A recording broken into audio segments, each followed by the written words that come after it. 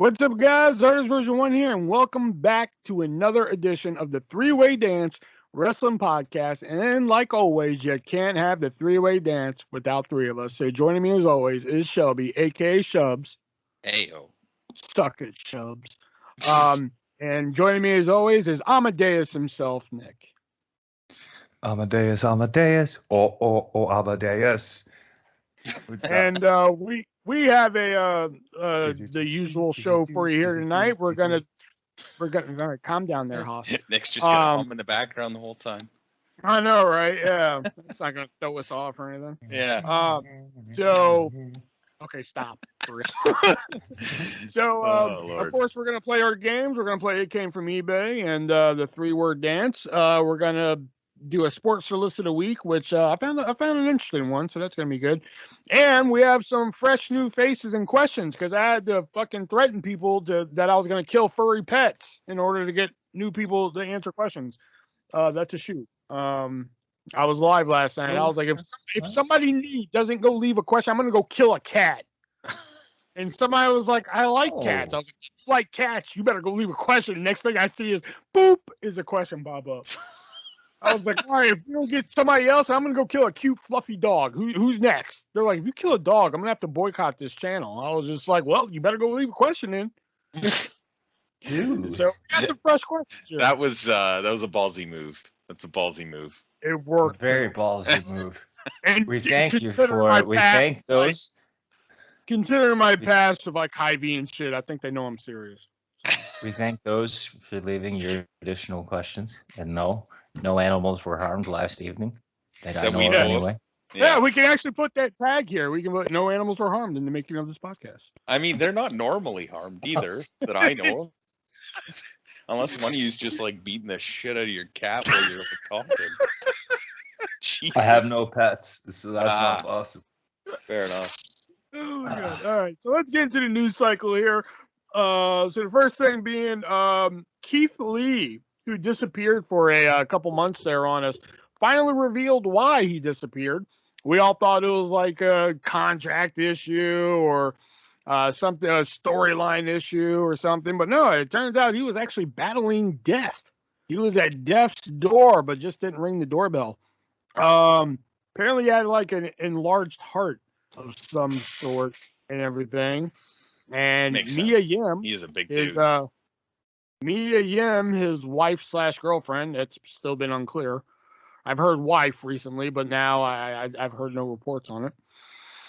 But she sacrificed her spot in the Royal Rumble, sacrificed her time on the road to stay home and take care of him, which good on her.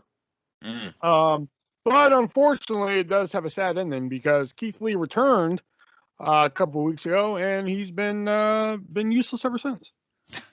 Didn't they have a fight for his name too? While he was off? That's what I heard, but I think it was all because of the heart thing. Maybe they were just trying to get another story out there to cover up the heart thing until he said it. Maybe. Or maybe it actually happened while he was off as well.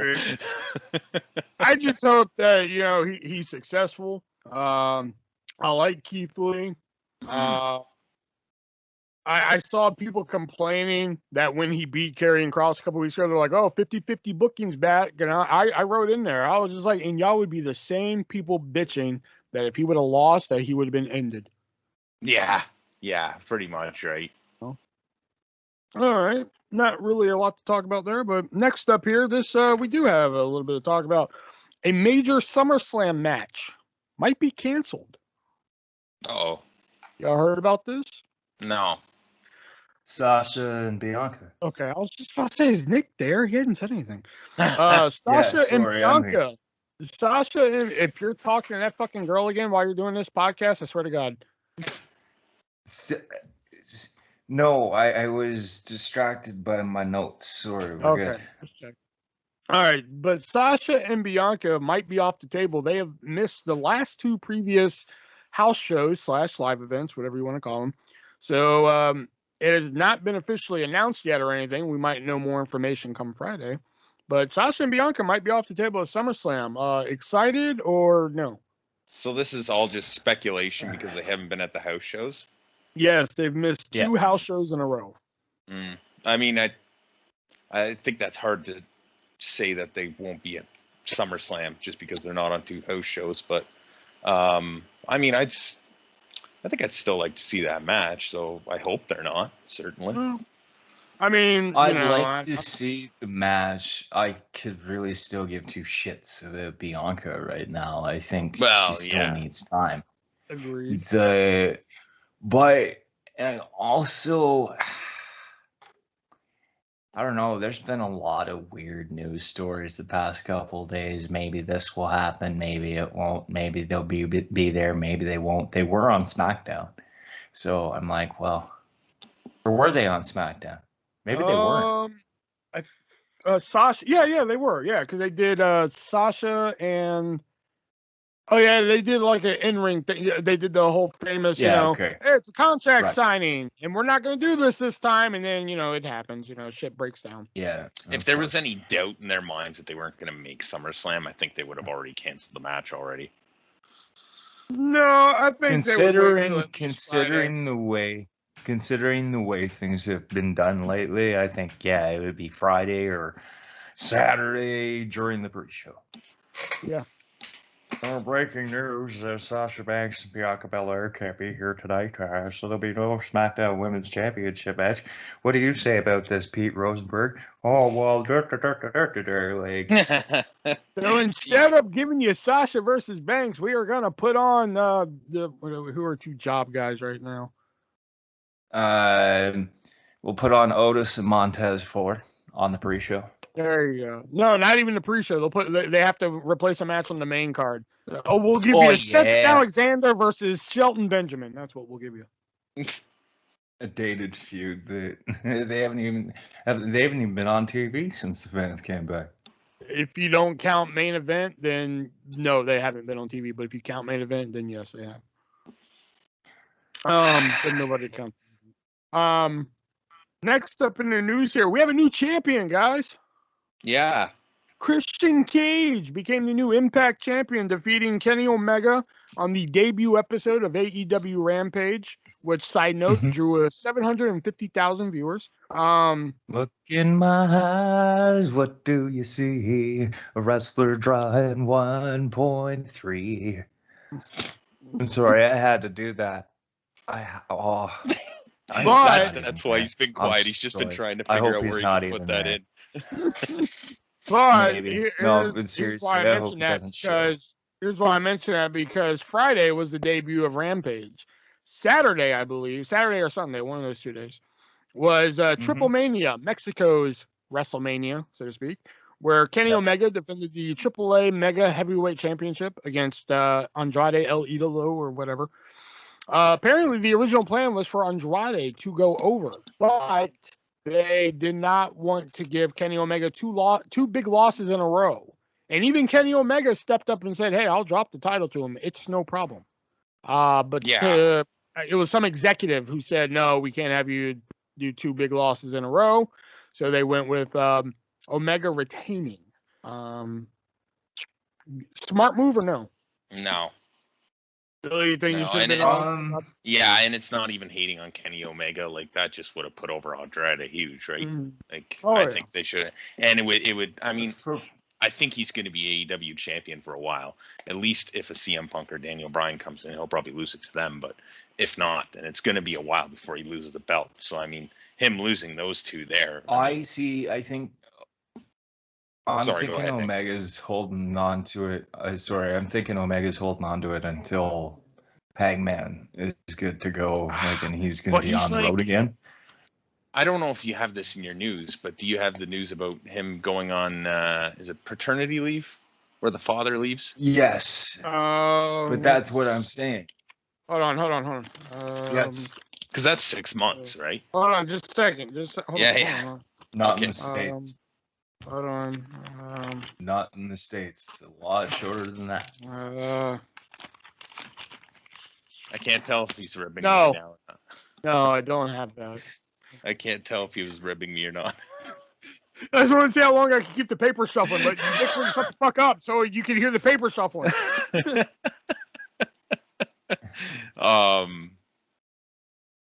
Yeah, I don't know. And like, I don't know. The way that Adam Page has been booked, I don't know if I really care about him being champion anymore. If they were going to give it to him, they should have given it to him by now, or they should have kept him away from it and built him. And just throwing him in with the Dark Order just kind of killed him, I think. I do agree with that to an extent. I don't think I can get behind. I don't think I can get behind CM Punk or Daniel Bryan immediately being in contention for the AEW title. God like damn I it, just CM don't Punk think is not coming to AEW. You know, I hate to say it, I'm starting to believe it. I'm not there yet, but I'm pretty. I'm not there yet. I'm not there yet, and I really want to see even MJF troll everybody and come out to Cult of Personality and be like, needs to come out on TV before I say like, oh, he is there. Yeah, I hear you.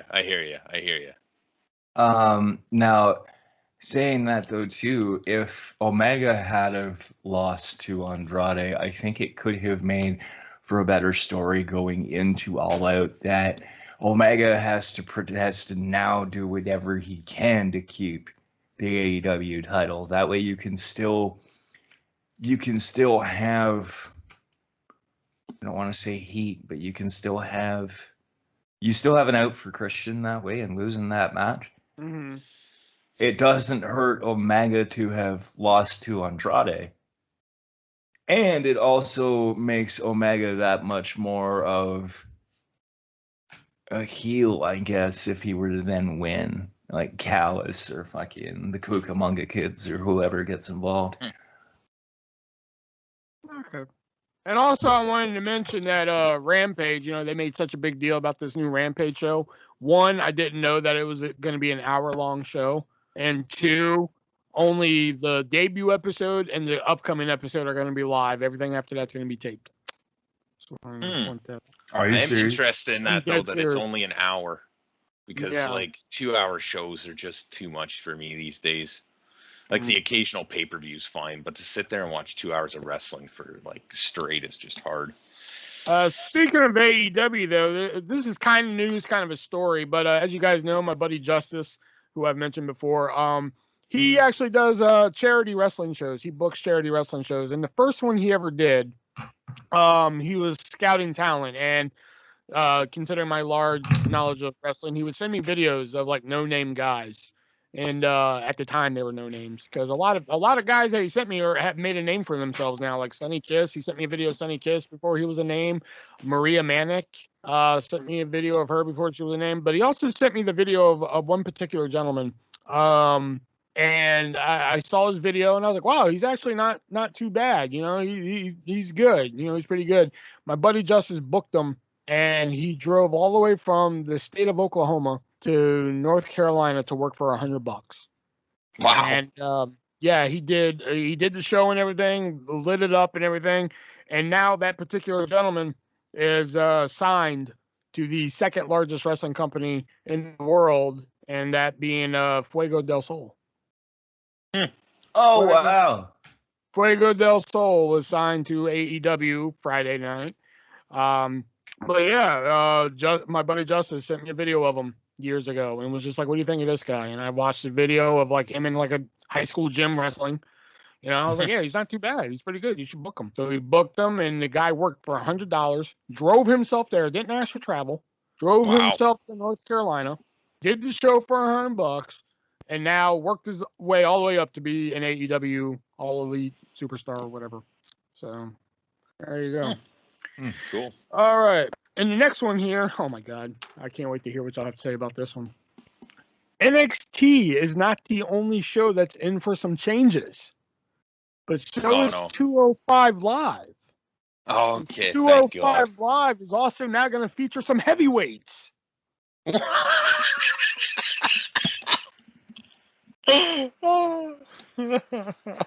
WWE presents the X Division.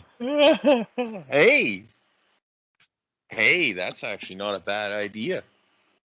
That is that's the word. That's the word.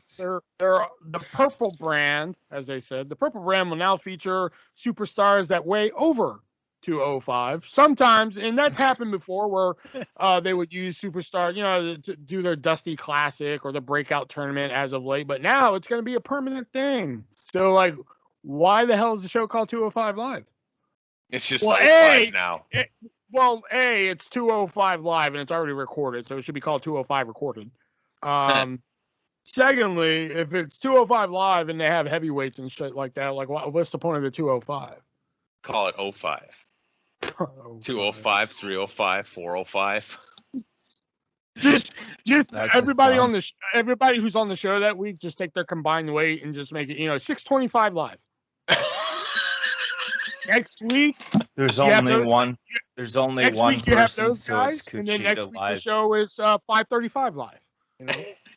And then when it gets canceled, it's 0.5 Live. Oh no! God, just cancel that fucking show. When it's just one guy on the show, it's just Kushida Live. Kushida Live on tape. Kushida versus broomsticks all night. Defending the cruiserweight title against a rat.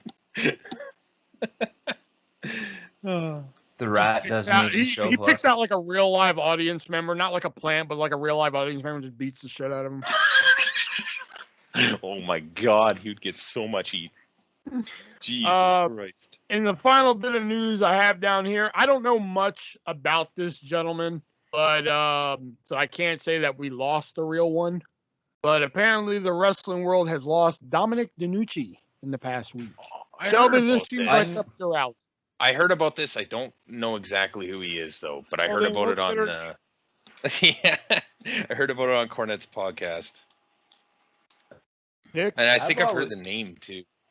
I've heard the name, and apparently it's significant, but I don't know anything about it. He's like one of those old school guys, like around when San Martino and shit were very popular. Yeah.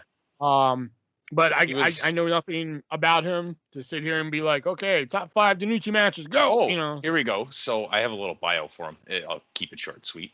An Italian-American professional. Write this up? I just looked at Wikipedia. Oh, okay. Italian-American professional wrestler. Don't look up on Wikipedia. You're making a mockery of this fucking podcast, man. Trainer better known under his ring name of Dominic DeNucci. His name's Domenico Nuccheroni, I think.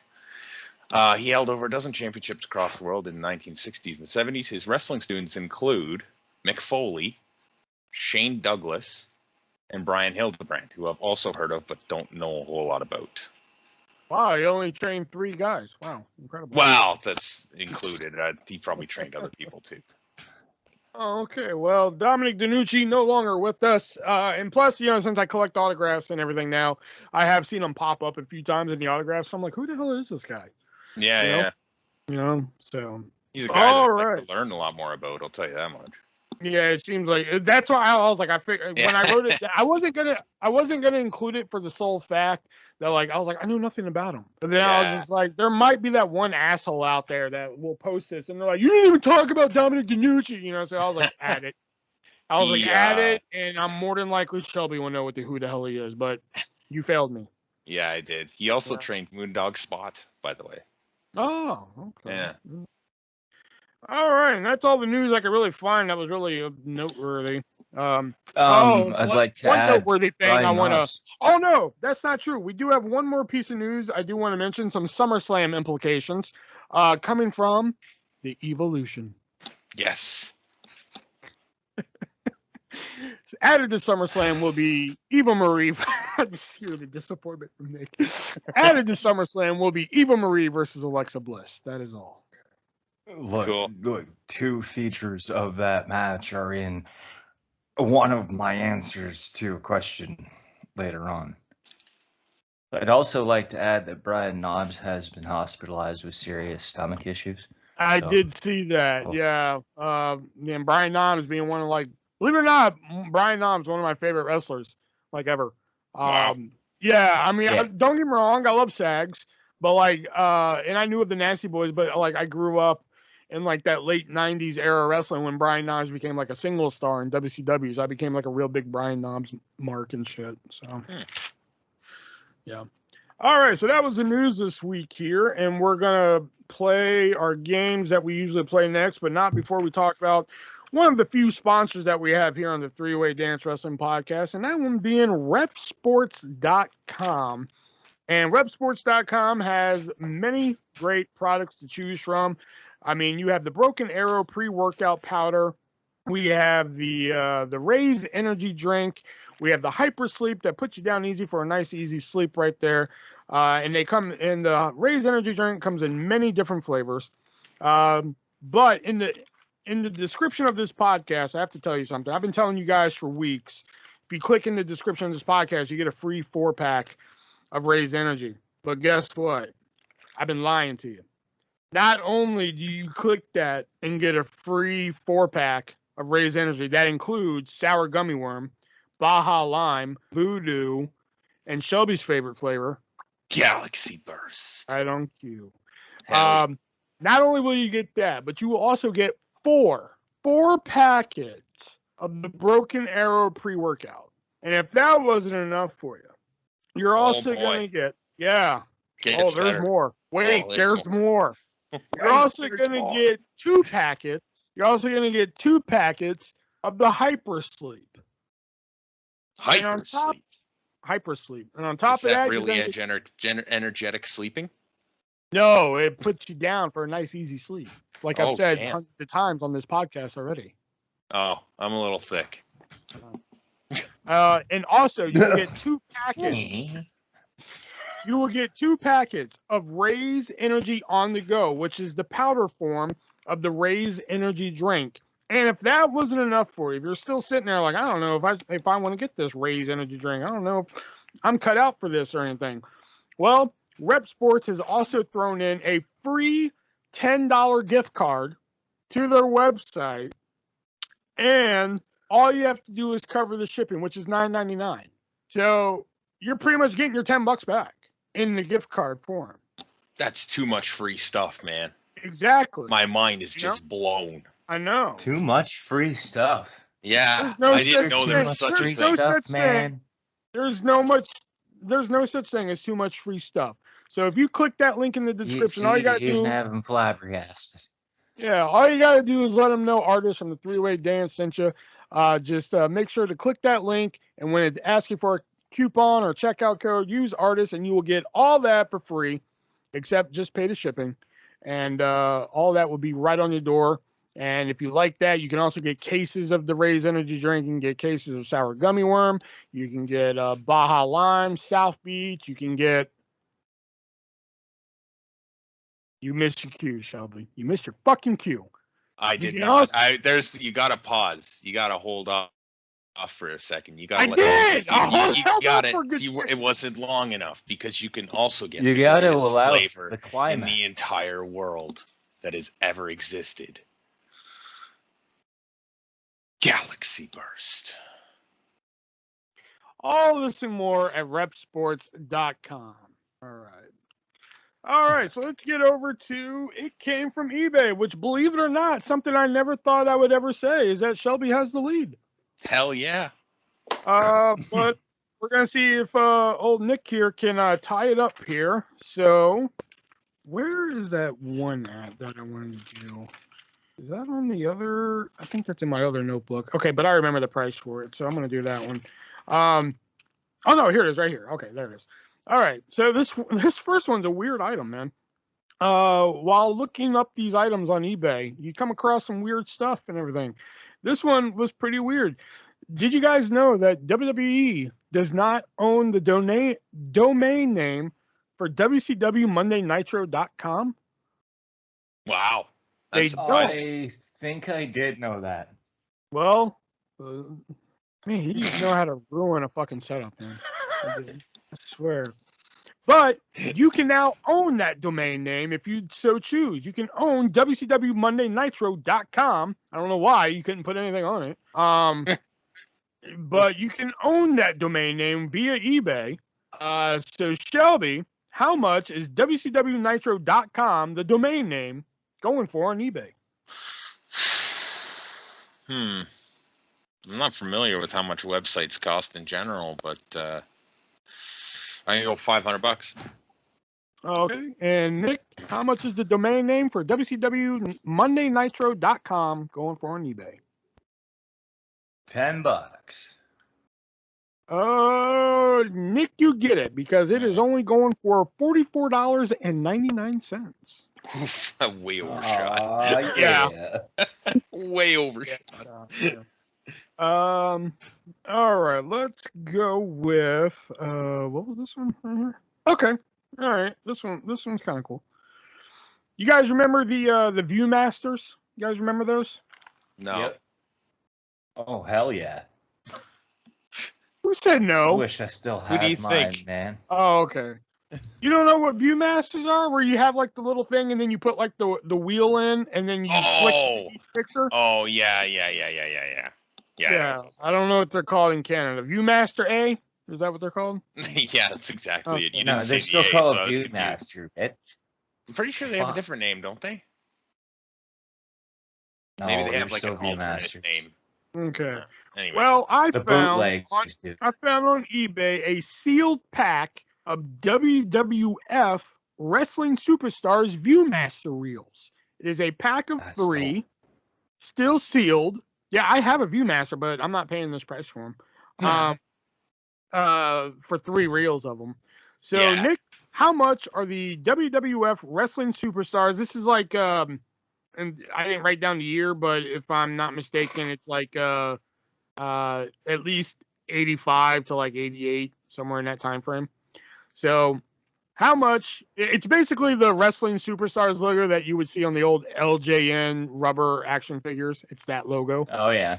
So that time frame. So how much are the WWF Wrestling Superstars Viewmaster reels that are sealed going for on eBay? Excuse me. $72.49. $72.49. Okay. And Shelby, how much are they going for? $70. You're an asshole. Are you fucking kidding me? Shelby got it too. Because they're going they're going for $34.95. How did Shelby get it if I said $72.49 and he said 70? Yeah. He went lower. Yeah, we don't play the go over thing. So, like always now, it comes down to the ass blaster. I think that went the reverse way. Yeah, I know, right? So,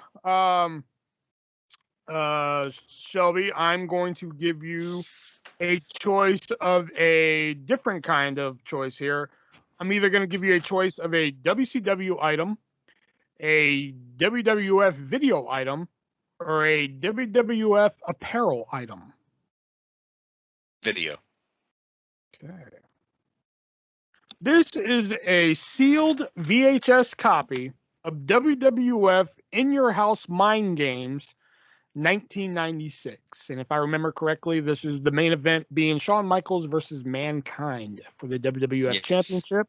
Mankind's first WWE title match in WWF. So, Shelby, how much is the sealed WWF In Your House Mind Games 1996 VHS videotape going for sealed on eBay? I regret choosing video.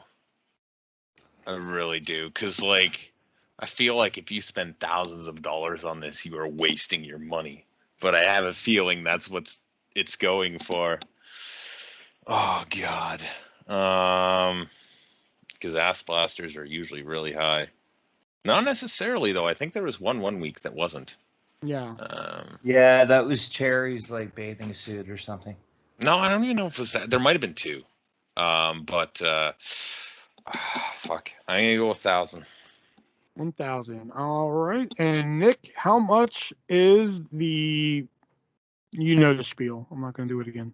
$1,200. Well, guess what? This is where one of y'all say what. What? Hold on, let me get to my page here. Guess what? I'm not ready. Let me get to my page here. Shelby's up by 2 points. Holy shit. Because believe it or not, this VHS tape, a VHS tape, a videotape. Okay. Now, before I even tell you the price, let me tell you my philosophy on VHS tapes. I don't care what the fuck's on them. Okay.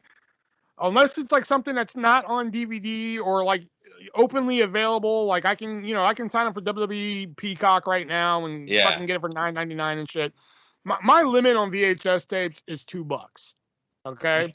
Yeah. If it's something that's not on DVD, something kind of rare, I'll go as high as $5.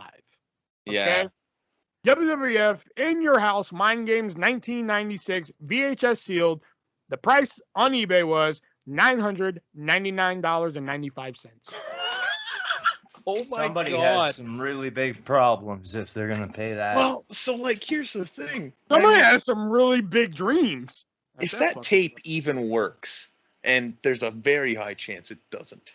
Oh no, it works. It probably works because it's sealed. The question is finding a fucking VCR player. Yeah, not only that, but like it's limited time use. Like eventually it is gonna break. It's not like digital media where it's always there. Yeah. like videotapes were not that great, really. Even a DVD is better, and I wouldn't spend that much money on a DVD. Oh no. All right, so that was It Came From eBay, and Shelby's now up 10-12. Feels Who would good. have ever thought that? Feels good. Feels good. He's gonna soak it in too, man. But now that leads us to our other game that we play, where Nick actually has the lead, and he's far ahead on that game. Yeah. So that'll make him feel good. And that is the 3-word dance. That is where I give Nick and Shelby here 3 words that relate to a wrestler, and it's their job to figure out who it is I'm talking about. And it's a free-for-all. We don't go in turns here, but we do 3 of them because it's the 3-word dance on the 3-way dance. So the first one here, let's have a little fun. The first one here for your 3-word dance is going to be shake. Cisco. Sorry, can you say that word again? Cisco. Cisco? Cisco. And point. How do you spell Cisco? SISQO. As in thong song Cisco. But okay, what are the words again? Cisco, point, shake, Rikishi. No. Cisco. Oh fuck, that was my only guess. Oh shit. Cisco.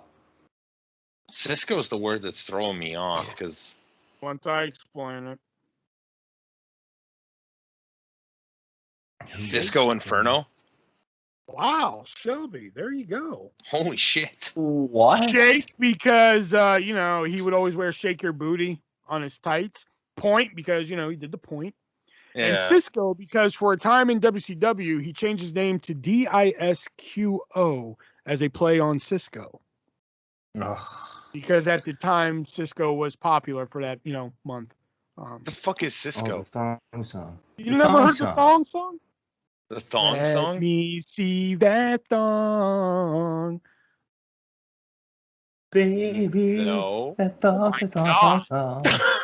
You own a radio? Shelby, what the fuck? I mean, yeah, man. We listen to classic rock. I know, but still, man. You don't know the thong was song? unescapable. I don't think so. There was like starving Ethiopian children that knew thong songs. This would have been like late 90s, early 2000s. 2002, man. 2002. 2002. Baby, that thong. No, I like at that point. It would have just been like my parents listen to classic rock, and that was it. So. Wow. They even mentioned it in Dodgeball. Really? Yeah, he's like, I'll put on the song, and you guys can just hang out. Huh. Maybe I need to like. Which is even weirder because that movie's supposed to take place in 1994, but whatever. Is it really? Yeah. All right. So, but Shelby still got it. So the score is now Nick has 10, Shelby has 5, and no contest has 11. So if Nick can get one more, he'll tie no contest here.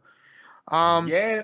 All right, so I'll downgrade it a little bit. I'll go to one that I believe is easy. Sometimes I think these are easy, and then you two are like, "Gay butterflies," So. Butterflies. Your 3 words are. And before I even say these 3 words, I'm going to tell you right now, it's not Daniel Bryan. Okay. Is it Bryan Danielson, though? No. No variation of him at all. So your 3 CM words Punk. are. CM Punk. Your 3 words are yes, no, alfalfa. Kane. No, what? Yes and no. Alfalfa. Oh, shit. R-Truth. What? I thought he had an alfalfa joke at some point. I feel like he did do a rap or something with the word alfalfa in or the likeness of alfalfa. Or maybe, no, he called somebody buckwheat. Never mind. Oh, Never yeah, mind. okay, that's it, yeah. He called somebody buckwheat.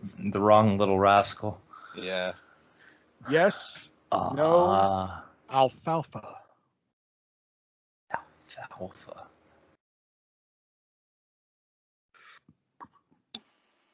And I guess an unspoken rule of the 3-word dance is that you do get 1 hint if you need it. Yeah. You cool with the hint, Nick? Yeah. Okay, your hint for this one would be haircut. Kazarian. No. Damn. Man, you said that with some pride, too. Like, you fucking knew it. Well, just because I hear haircut and I immediately think of Kazarian being asked to cut his hair, he said no and they fired him. Brutus Beefcake.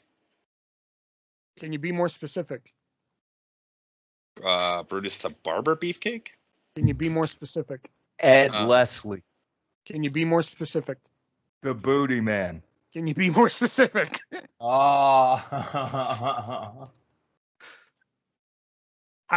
Usually I can give it to you with other gimmick names, but this one I can't do it. Shit. It's the WCW one, isn't it? Yep. Oh, fuck. Oh, shit. Yes. What was his name? No. Alfalfa, and your clue being haircut. What was his name? God damn it.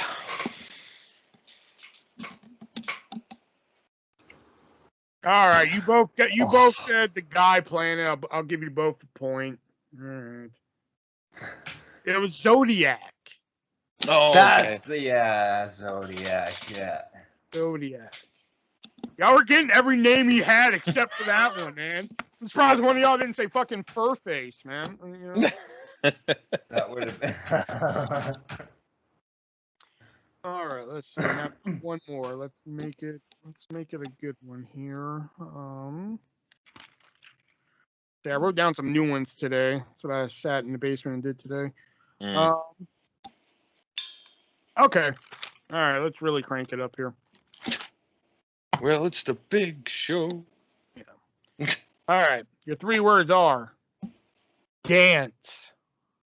Dance? Dance. Okay. Green, as in the color. Mm. And punch.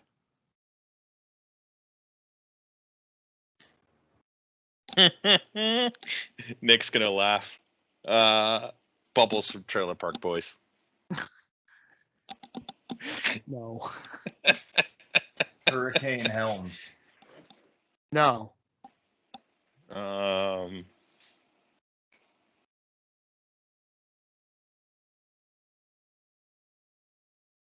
Spirit Squad.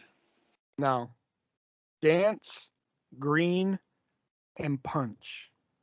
Shane McMahon. No.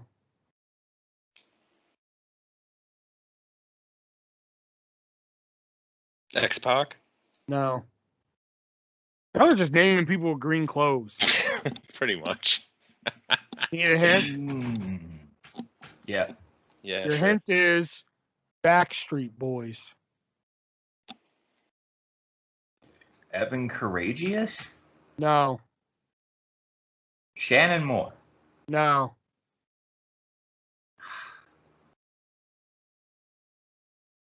Scotty Too Hot. No. Brian Christopher. No. Mean Street Well, Posse. damn, I've run through all the dancing fools. Oh my God. No, not Mean Street Posse. Dance, Green, Punch. And your clue is Backstreet Boys. Hell, NSYNC 2. Okay, but I already named all the members of 3 Count, and it's not meant any of them, so like... Did you name all the members of 3 Count, though? Shane Helms. No. Because I said Hurricane Helms, and you said no. No. And it's not Shannon Moore, and it's not Evan Courageous. No. Is it Prince Iakea? Oh my God, no! You're right there! Alex Wright. Alex Wright. No, not Alex Wright. Oh my God. Fuck. You're right there, man.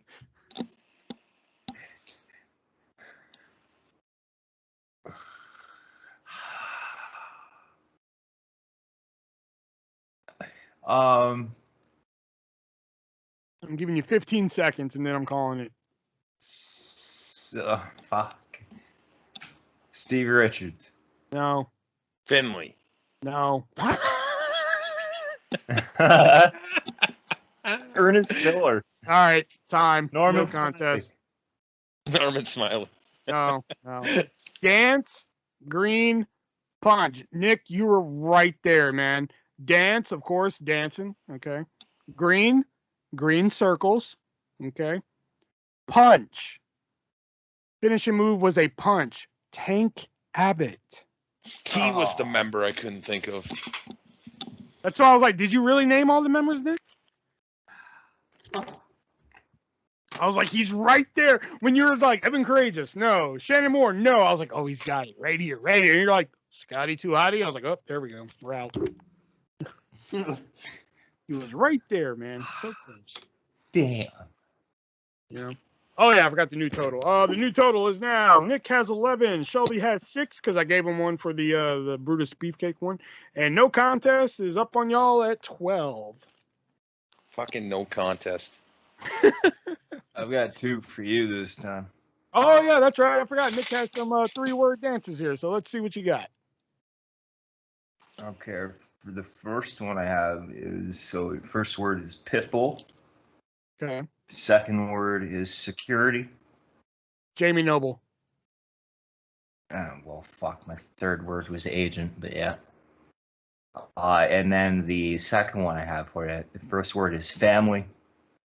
Second word is mask. And the third word is warning.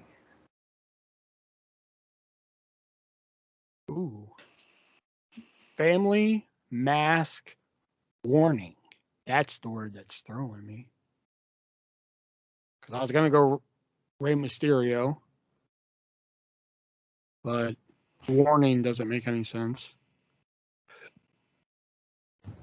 Family, mask, warning. Give me a hint.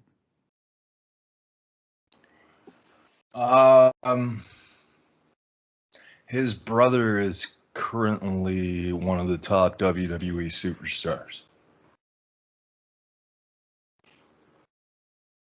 His brother is currently one of the top WWE superstars. And it was mask, family, warning.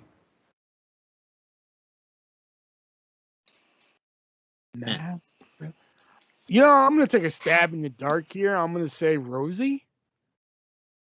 Yep. Oh, wow. Hey. Family, because of the NOI family. Mm-hmm. Mask, because of his mask. 3-minute warning. Yeah, warning. And Roman Reigns is his brother, so. Oh, okay. Yeah, how do you like that? Yep. Come in my house, you're going to eat the food the way I fucking make it. You're not making food, though. You know where I get that from? And then you'd have to try and ship it over the border and waiting. Is it waiting? Probably doesn't taste very well. I actually get that quote from a TV show called True Blood that used to air on HBO. Oh. HBO used to have a lot of great television shows. Some of them are, hard to find. But speaking of hard to find, that's a good transition. I know.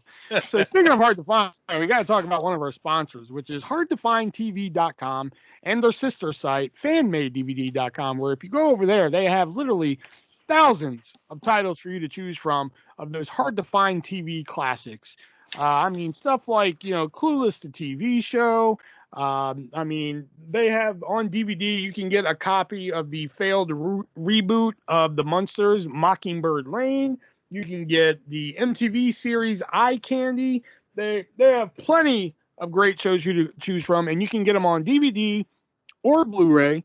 You can get them with subtitles in any language you want, okay?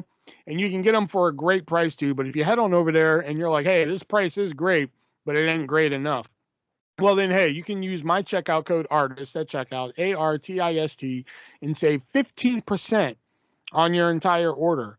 And they ship worldwide. Now, payment is a little bit different there. So if you go to hardtofindtv.com and you do find something you like, you can only use Amazon Pay on hardtofindtv.com, which is awesome if you have Amazon Pay and want to use it. But if you want to open up the old wallet and whip out the credit card there, well, then you're going to have to head on over to fanmadedvd.com and use your credit card there to complete your purchase. But the checkout code will work on either one of the websites. It will work on any website. Well, I wouldn't say any website. I mean, hell, you could try it on Amazon. I can't guarantee it's going to work. But head on over to hardtofindtv.com and fanmadedvd.com. Find you that old TV classic that you've been looking for. They do take requests. If you find something, if for some reason you look through all the thousands of titles they have and you find something and you're like, hey, they don't have anything I want, email them. They're very open to requests. They will find it, slap it on a DVD or Blu-ray for you. And if for some reason they say, hey, we can't find it, what I like to say is if they don't have it, you don't need it. All of this and more at hardtofindtv.com and their sister site, fanmadedvd.com. All right, next up. Now, what we're going to do tonight is, because I literally thought this was going to be the SummerSlam episode. So I literally just had to throw together an episode. So I figured, why not live in a fantasy world where AEW is copying WWE, which why they would ever do that, I don't know why. But we figured Dynamite now has its own roster, and Rampage now has its own roster in this fantasy world.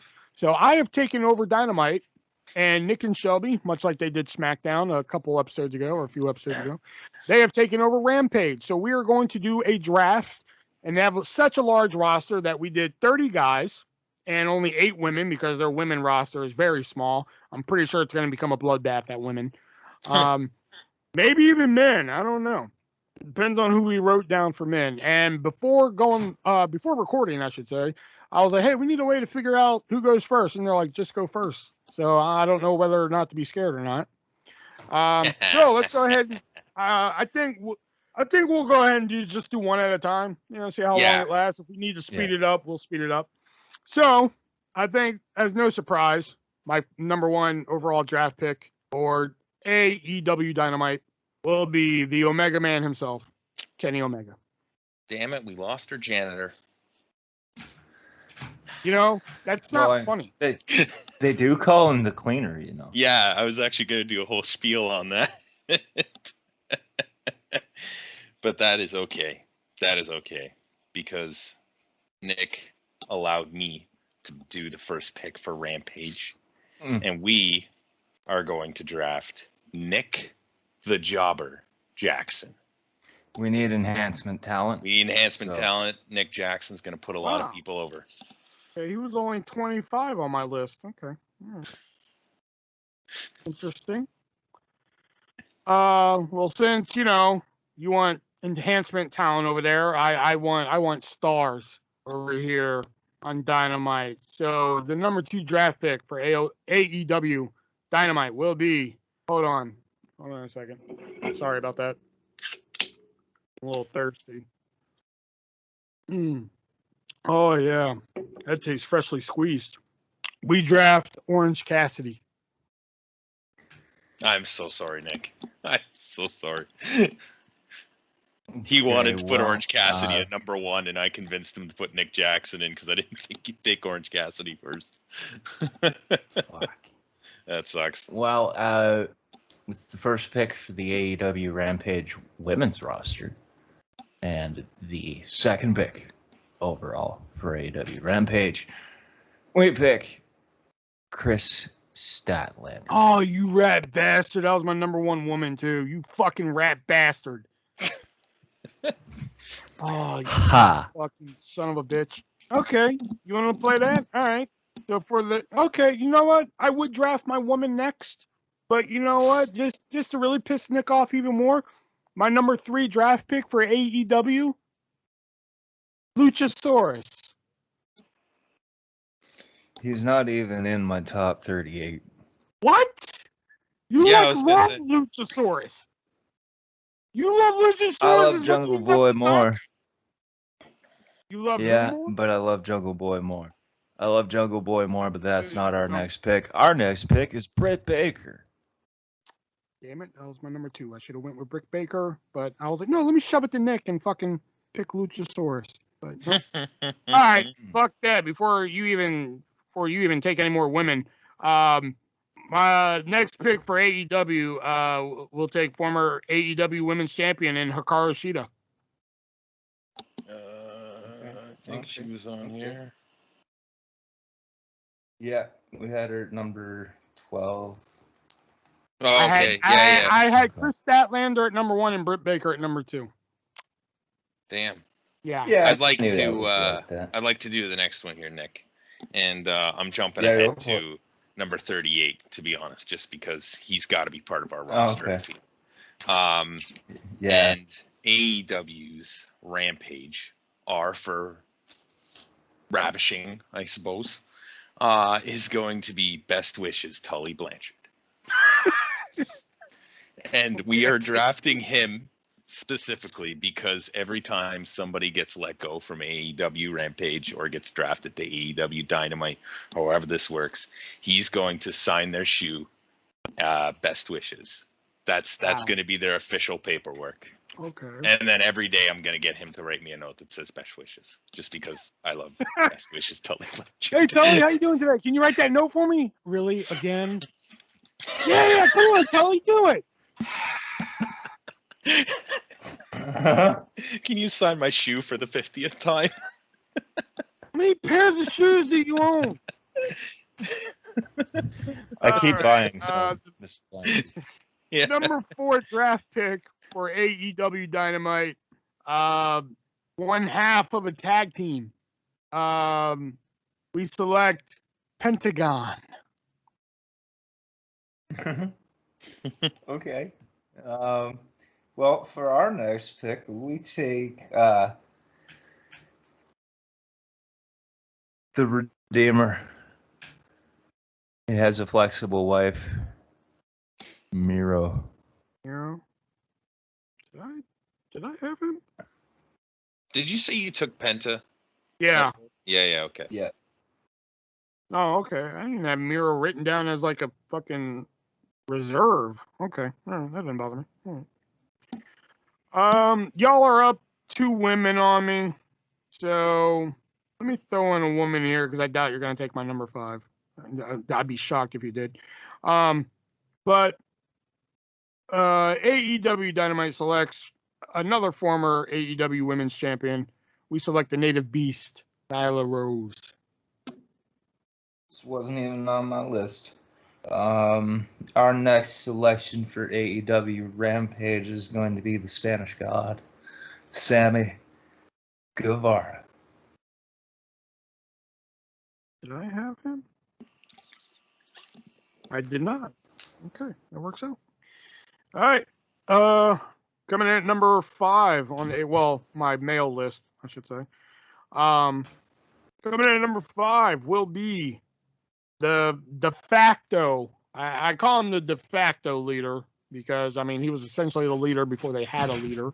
But the de facto leader of the Dark Order, AEW takes Evil Uno. Okay. You want to get the next one? Sure. Because I don't. Sure. Yeah. What direction you want to go with that? You don't want to go with that? Well, no, like whatever direction you want to go, because I mean we've already gone with our number 10, and we've already and our gone with number the number 38. 6. So we've got 7 and 8. Yeah. Number 9's gone. 38's gone. Yeah. So I mean, it's up to you. You know what? Fuck it, because I still really enjoy his work, and I think he is one of the best workers in AEW. His booking is just horrid, and I don't know if that's his fault or anybody else's, but I'm going Cody. Okay. He was one of my reserves, so I'm not too upset. Well, much like SmackDown used to try and be the land of opportunity, I want to try and make AEW the land. Oh, sorry, didn't mean to hit the mic. I want to make AEW the land of opportunity, and I want to give this guy a huge opportunity. He likes milkshakes. His favorite color is blue. We draft Nick Camarado. Okay, he was on our. Is that the Beastie All right, dude? our next. Yeah. Ah, damn. Yeah. Okay, I'm gonna say with our next pick. Fuck it. I need more enhancement talent. We need more enhancement talent. And well, he initially was going to be an alternate. I mean, we need dark match enhancement talent. So his brother gets the curtain jerk, and he gets the dark badge. We take Matt Jackson. Damn it. Perfect. That was my 24 and 25 was the Bucks. When I originally came up with this idea, the first words out of fucking Shelby's mouth was, "Well, we're not drafting the Bucks." And then I thought it'd be funny to make the Bucks and Kenny Omega just like random people. Like, we didn't have Matt Jackson on the list. We had Nick, and he's the jobber, and then Kenny Omega I just thought would be a great janitor. Anyways. Well, I have 2 open spots, and instead of going with my original number 7, I'm gonna grab an alternate here to fill one of the Buck spots here. And I'm actually surprised that you guys haven't taken him yet. I'm actually surprised. This is a man that I think should have been AEW champion already, and so please welcome to Artist's AEW Dynamite. The A that stands for Albatross. Maxwell Jacob Friedman. Damn. Next up, we will take the other half of the Lucha Brothers, Ray Phoenix. Ray Phoenix. I know I had him. There he is. All right. Okay. Well, then you took one of my high flyers. I'm gonna have to take another high flyer, and since he's still on the board early, I'm gonna have to take former TNT champion in Darby Allin.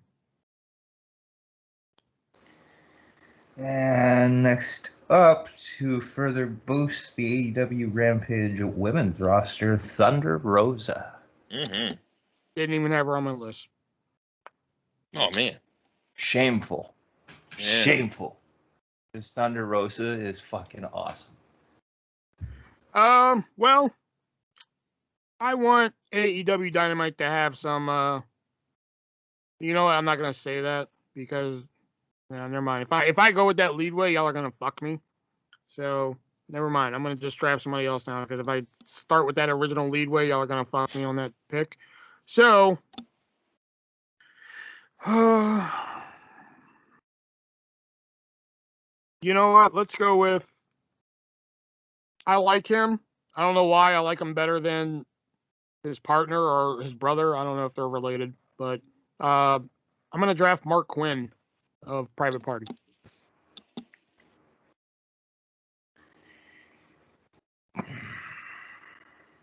You take the next one, Shelby. All right. We'll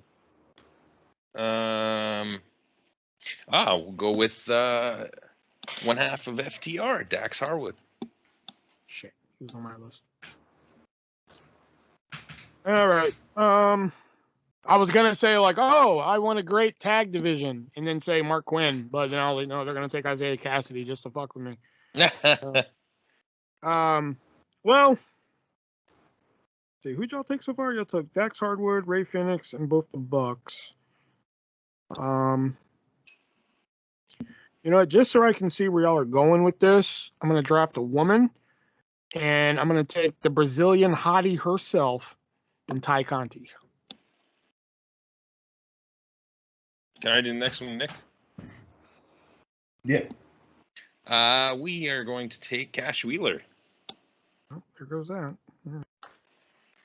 I figured. I mean, top tag team on Rampage, rather. Yeah. Well, I guess since I got Mark Quinn, I got to take Isaiah Cassidy. There you go. Next up.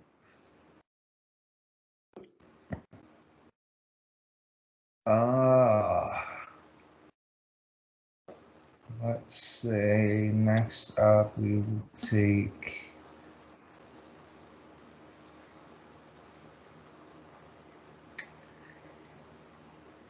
The chairman, Sean Spears. Fuck. I had him at my number 10.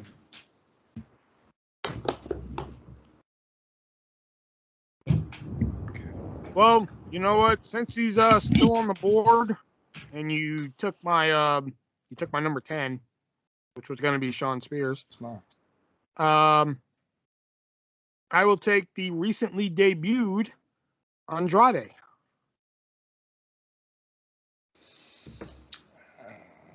And we'll take the recently debuted Malachi Black. You can have him. Wasn't even on my list. I have Evil Uno. I can't have Evil Uno without Stu Grayson. and we will take Jungle Boy. Go ahead, take him. You're One just so of the- passive about like up and coming favorites wrestling. Yeah, but he's a great high flyer and everything, but I think this high flyer here that I'm about to draft, AEW Dynamite, is probably one of the most underrated high flyers in the history of wrestling. I don't think he's ever had his chance to really shine. And on Artist's AEW Dynamite, which the A stands for applesauce, he's going to get his chance to shine this time, and that we draft Jack Evans. You want this one, Shelby? Sure. Shelby's like, hold on, I'm doing my Sudoku. Hold on. No, I was just looking at names and not sure if you want me to go with the next one or just pick one, but I'm just picking one that I don't even think is on this list. I'm going with the Bunny, which is probably an odd pick for me, but I'm going with it. She is in the alternate list, but I like that she worked her way back up there because she'll work well with Rosa and Baker. I also just really liked Allie in TNA. That was like the only thing I found interesting about Impact for a long time. My next draft pick is somebody who I think once he ditches his fucking partner, I think could be a big star by himself. And I'm gonna give him a mic every fucking week, and he can say whatever he wants. And that is Max Caster. Oh, that's the rapper guy, right? Yep. Yeah. Fuck jackass. Did you add Max Caster? At number 35. Oh, okay. With our next pick, AEW Rampage, to further bolster the women's division, takes that bitch, Jade Cargill. Well, y'all are getting yourself a pretty nice women's division over there, but, you know, you can't have the AEW women's division without the originator of the AEW women's division. So Artist's AEW Dynamite takes Rio. And that bitch will be there every week. AEW Rampage's next pick is going to be the son of the legendary Brian Pillman Jr. Didn't even have him. And like I said, even though y'all took 2 tag teams from me, one I really wanted, one I just kind of threw in there. Although I do want to make Jack Evans a single star, But you got to learn to crawl before you can walk. I got to take his partner with me, and that's Angelico.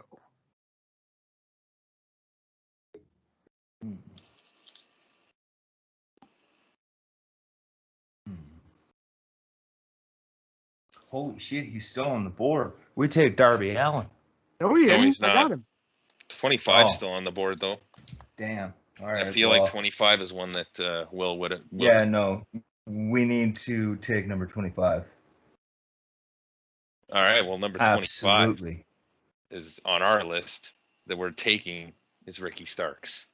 Absolute Ricky Starks. That's funny. Right. That's funny that you're taking Ricky Starks because my next pick is actually somebody else who wants to fuck the world, and that is Brian Cage. Not anymore. You know what the fuck I mean. Shut up. Our next somebody else who did. Our next pick. The Bastard. Pac. He was on mine. 27. Well, our 27 was Rio, so fuck you.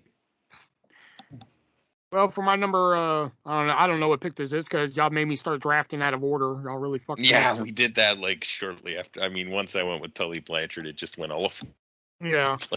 I had like a nice little order and everything, and I had like 30 men picked out. Then I had my 8 women to the side, and y'all just said, fuck that. Yeah, see, I did that too, and then I just said, fuck that, and now my pen has died, so I don't have... Yeah, I forgot to write y'all's down. Oh, hey, I found something here. So, the next pick for AEW Dynamite, he's an oldie, but a goodie. We take the Natural Nightmare, Dustin Rhodes. Shit, I forgot about him. And we're going to paint his ass black, and we're going to call him again. No. So, you're not going to call him 7?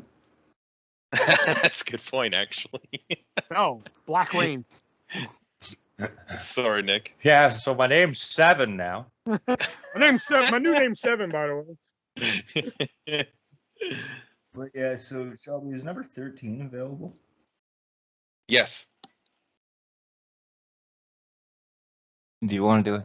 You do it. Our next pick is John Moxley. Okay.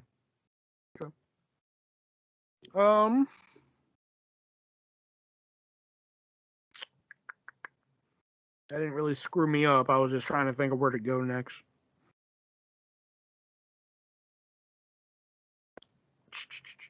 You know what? Before y'all grab him, I have a feeling y'all might grab him. Oh, do I want him or him? You know what? I think y'all would grab him before him. So you know what? Just to get, MJF might get a little lonely. So I draft Wardlow. Okay, now, hang on a minute here. You took Wardlow? Wardlow. Okay. I'm just trying to see here how many picks there are left, because I think we're somewhere around pick 20, but I'm not sure.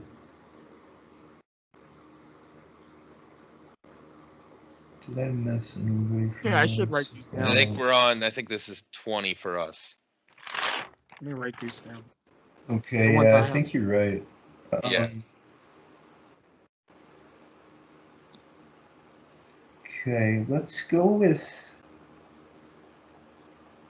Oh, wait, though, 1, 2... Oh, shit.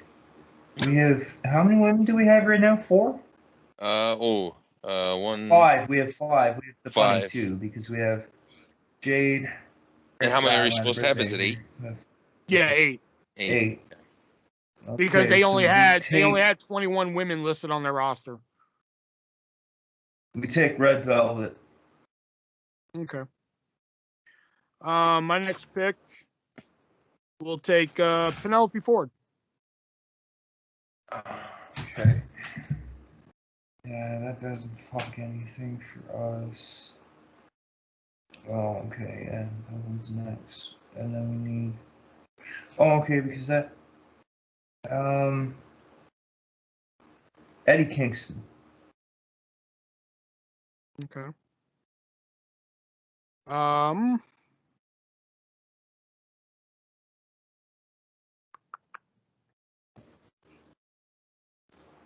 I really made a mistake by not writing down who I'm doing. I started putting check marks and shit, thinking like, oh, that'll do it, but I really messed up. Shelby, are you keeping track of me too? Yeah, in a way, I'm crossing. Well, I've been crossing them out. I just don't know if I got all of them. Okay. Yeah, so whatever I've crossed out, you have, but there might be more. Okay. So.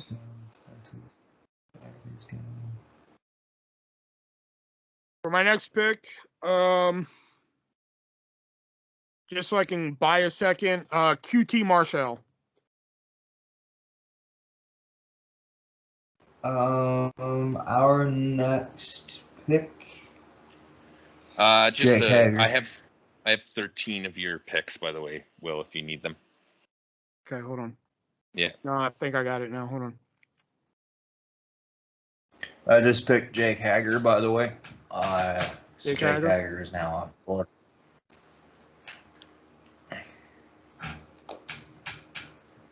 Okay. So after QT Marshall, 1, 2, 3, 4, 5, 6, 7, 8. You call him Marshall? It's Marshall. Yeah, you never heard where they were just like, oh, QT Yes. Marshall's in the ring, and then Excalibur's like, it's QT Marshall. Yeah, I know. I watch Dynamite every week, dude. So just to be clear, I have 8 picks left, right? 8? Yeah. Well, how do you count the women? Are the women separate, or is 30 the total roster? Oh, for my men, I have 8, and then I'm missing 2 women, so I have 10. 10 picks left. Okay. Okay. Yeah. All right. Okay, All right. and Now we're I'm missing 2 women. Now I'm on board. Okay. All right. I'm with you. All right. Let me see. So for my next pick, let me get a woman, and we'll take Anna Jay. That makes it 9 left. Hang on a minute.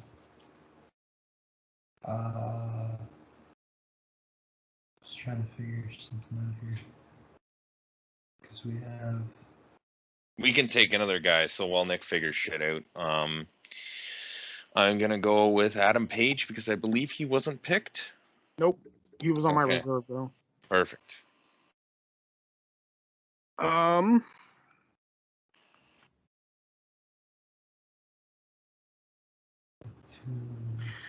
For the next pick for AEW, Dynamite, that is.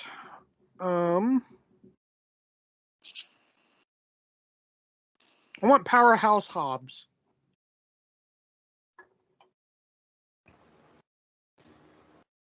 We're gonna go with Leva Bates, the second last pick for the women's division. Okay. I think for my last women's pick, what the hell's left still for women?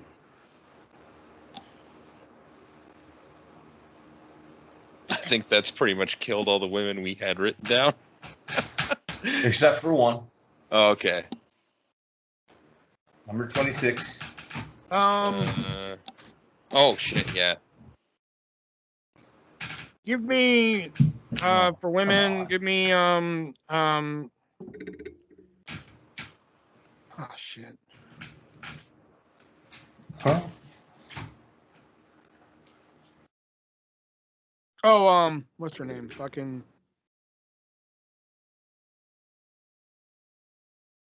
yeah, I took Red Velvet. Fuck it, Brandy Rhodes. Fuck it, give me Brandy Rhodes. Okay, we'll complete the women's division with the Rebel. I almost wrote her down, but didn't.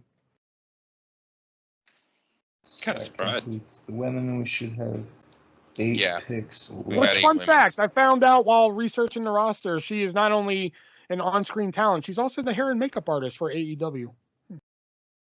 Yeah, I knew that. I think we have 7 left, Nick. Do we? Oh wait, sorry. Yeah, maybe. No, I've been counting the women too. So I think you're right. We do have 8 picks left. My bad. Oh no, I'm missing a woman. This is the best put together podcast we've ever done. I know, right? Well, usually I write down your picks, and for some reason I didn't start doing that. Yeah. So, fuck it. Let's just start over. Let's go back. All right, pick number one. Okay, Kenny Omega. No. Okay, for my next pick, let's go with Scorpio Sky. Oh, shit, I didn't even have him written down. Yeah, no shit. It's surprising, actually. That's really surprising. There's so many guys, though. It's like I said, there's so many guys. It's easy to forget. When I counted the roster to figure out how many people we're gonna do, I counted 81. Holy fuck! Did that even count guys like Cesar Bonani and JD Drake and Ryan Nemeth? No, I didn't count guys who appear on it. I went to the Wikipedia and looked at the roster there, and whoever was listed on that roster, that's who I counted. So that's why people like Danny Jordan. Danny Jordan from, she's a woman wrestler. Danny Jordan, I didn't count. I like to draft her, but she doesn't count. Shit like that. Yeah. I'm gonna say our next pick will go with Chris Jericho. I was wondering how long it would take for y'all to draft him. He's not what he used to be. Nowhere near it. I wouldn't be booking him in like a full-time capacity. And for the next one, I gotta go with sexy Chucky T, Chuck Taylor. Well, since we don't do it, we sister. Go with Trent. God damn it! Question mark.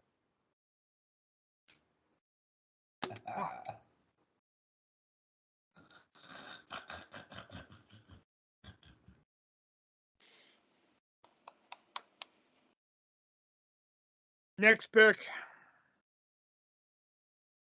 Matthew Hardy.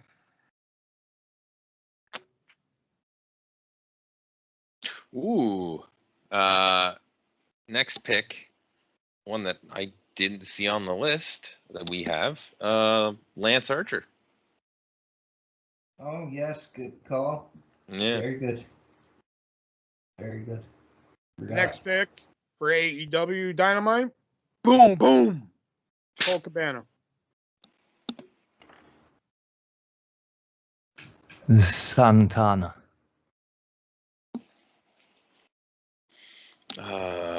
Yeah. How many picks do I have left overall? Do y'all know? Fuck. I stopped counting. Well, hang on a minute here. I'm listing out all the guys we have. How many do y'all have left? Well, I'm not quite there yet. Give me a second here. Oh, I'm almost there. Come on. I'm almost there. I got 28. So you got 28. Left. Yeah. So that means so you're starting 28, 29, 30. That's 3 left. So then I have 2. So okay. All right, I'm on board here. So I need one more woman and one more guy. Because I'm down a woman. Okay. Y'all really screwed up my whole tag team thing. Yeah. So let's make this person a star on AEW Dynamite. And for the last overall male pick, Sunny Kiss, the Concrete Rose.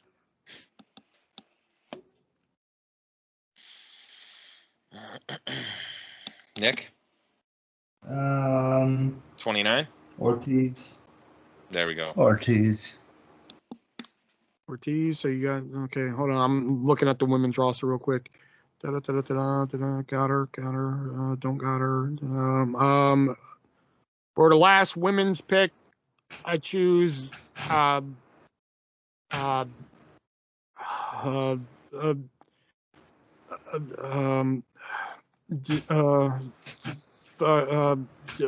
Jamie Hayter. Very good. Do you have a pick, Nick? No. How do you feel? This is a little coaches or managers or whatever's talk. How do you feel about Christian Cage? Well, I mean, yeah, let's take him. All right, Christian Cage it is. Okay. So we stacked that roster. Oh, yeah, man. Nick I got a Jackson will be sweet opening roster, up tonight, losing every night. well, then your tag team division is gonna suck. Then What do you mean? We got FTR and fucking Santana Ortiz. Just put matches on with them every night. But you have the Bucks there too. They're jobbers. Whatever. I'm not doing. We got this. Mox and Kingston. Yeah, true.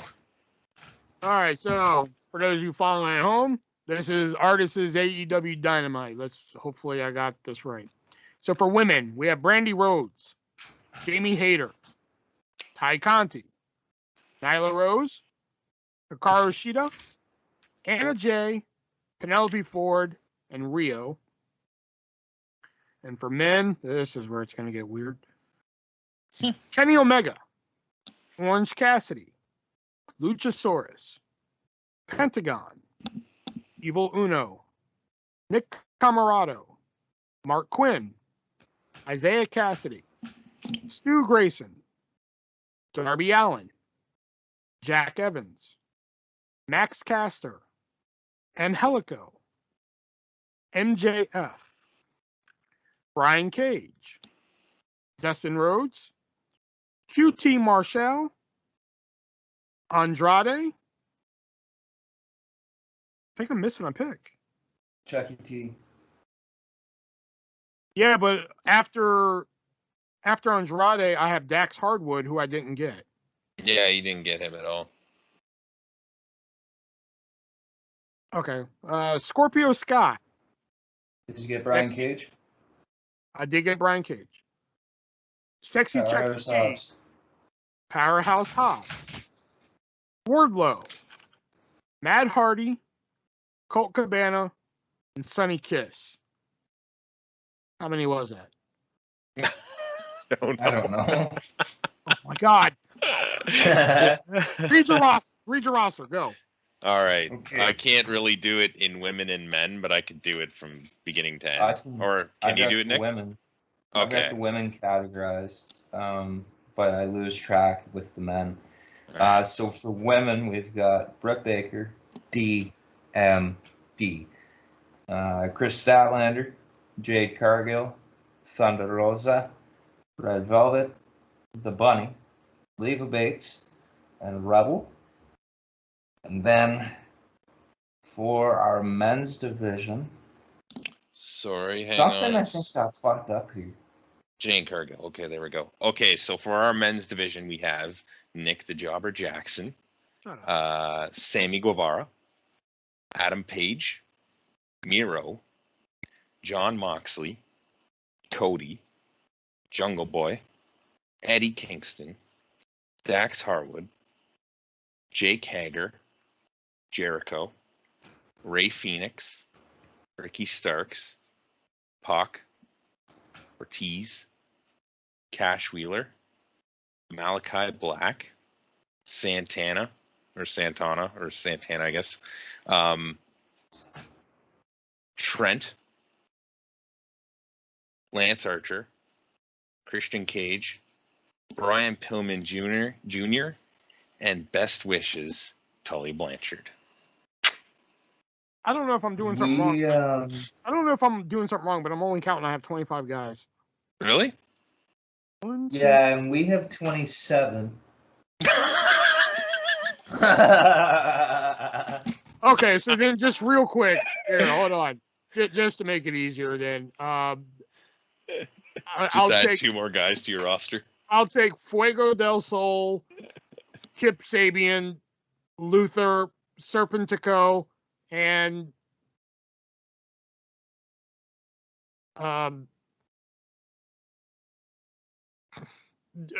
Jelly Nutella. Oh, fuck. Well, fuck. Jelly's off the board now, so what are we gonna do? Shit. Christopher Daniels? No, he doesn't count. Kazarian? Yeah, he does. Daniels counts. No, Daniels isn't wrestling anymore. He's a backstage agent. I know, but it says on here he's listed. All right, Daniels, Kazarian, Ethan Page. There we go. All right, there we go. This is what I mean by we threw this episode together. We'll try and work a little bit harder on this next. I know we did better on our other drafts, so we had to write shit down and remember. Yeah. I just completely fucking forgot to start writing shit down. I just started checking them off, and that's funny. And you're like, oh, I'm gonna pick my number 38, and I'm like, what? Huh? And then that threw me off. Well, no, y'all really fucked me up with your first pick because y'all were like Nick Jackson. He was like 25 on my list because I was like, I ain't got to worry about fucking Bucks, you know? Yeah. So then, like, y'all really fucked me up there because now I have to X that out, and now I have to worry about my alternate. It was a whole fucking ordeal in my brain. It was fun. Brain cells were harmed during the recording. Animals weren't harmed, but our brain cells were. But I think it's safe to say I got the better show. So. Yeah. You don't have good enough jobbers, though. I got Luther and Serpentico. You don't have a jobber like Nick Jobber Jackson. They're not jobbers, though. Oh, they are. Yeah, on your show there. And just real quick, let's go over a couple names that didn't get picked. Alan Angels, Alex Reynolds, Anthony Bowens didn't get picked. Anthony Oingo Bongo didn't get picked. Austin Gunn, neither one of Bear Country got picked. Billy Gunn didn't get picked. The Aaron Blade. Solo. Yeah, Aaron Solo. The Blade didn't get picked. Brandon Cutler didn't get picked. Brock Anderson, I don't even know who that is. And he's listed on. You don't know who Brock Anderson is? No.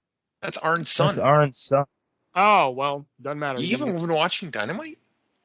Doesn't matter. He didn't get picked. Shit. And he is listed on the roster here. But Brody Lee Jr. did not get picked. So is Brody Lee, though. No, he didn't. Yeah, he is. He's on there. Not on the roster I have. Oh, he's on the AEW roster on fucking their website. Oh, I was looking on Wikipedia, dude. Oh. So -1 was not picked. The Butcher wasn't picked. Wait, hold on. You were shitting on me for looking at Wikipedia earlier. Bitch. The Butcher wasn't picked. Chavo Guerrero wasn't picked. Forgot about him too. Colton Gunn wasn't picked. Dante Martin, Darius Martin weren't picked.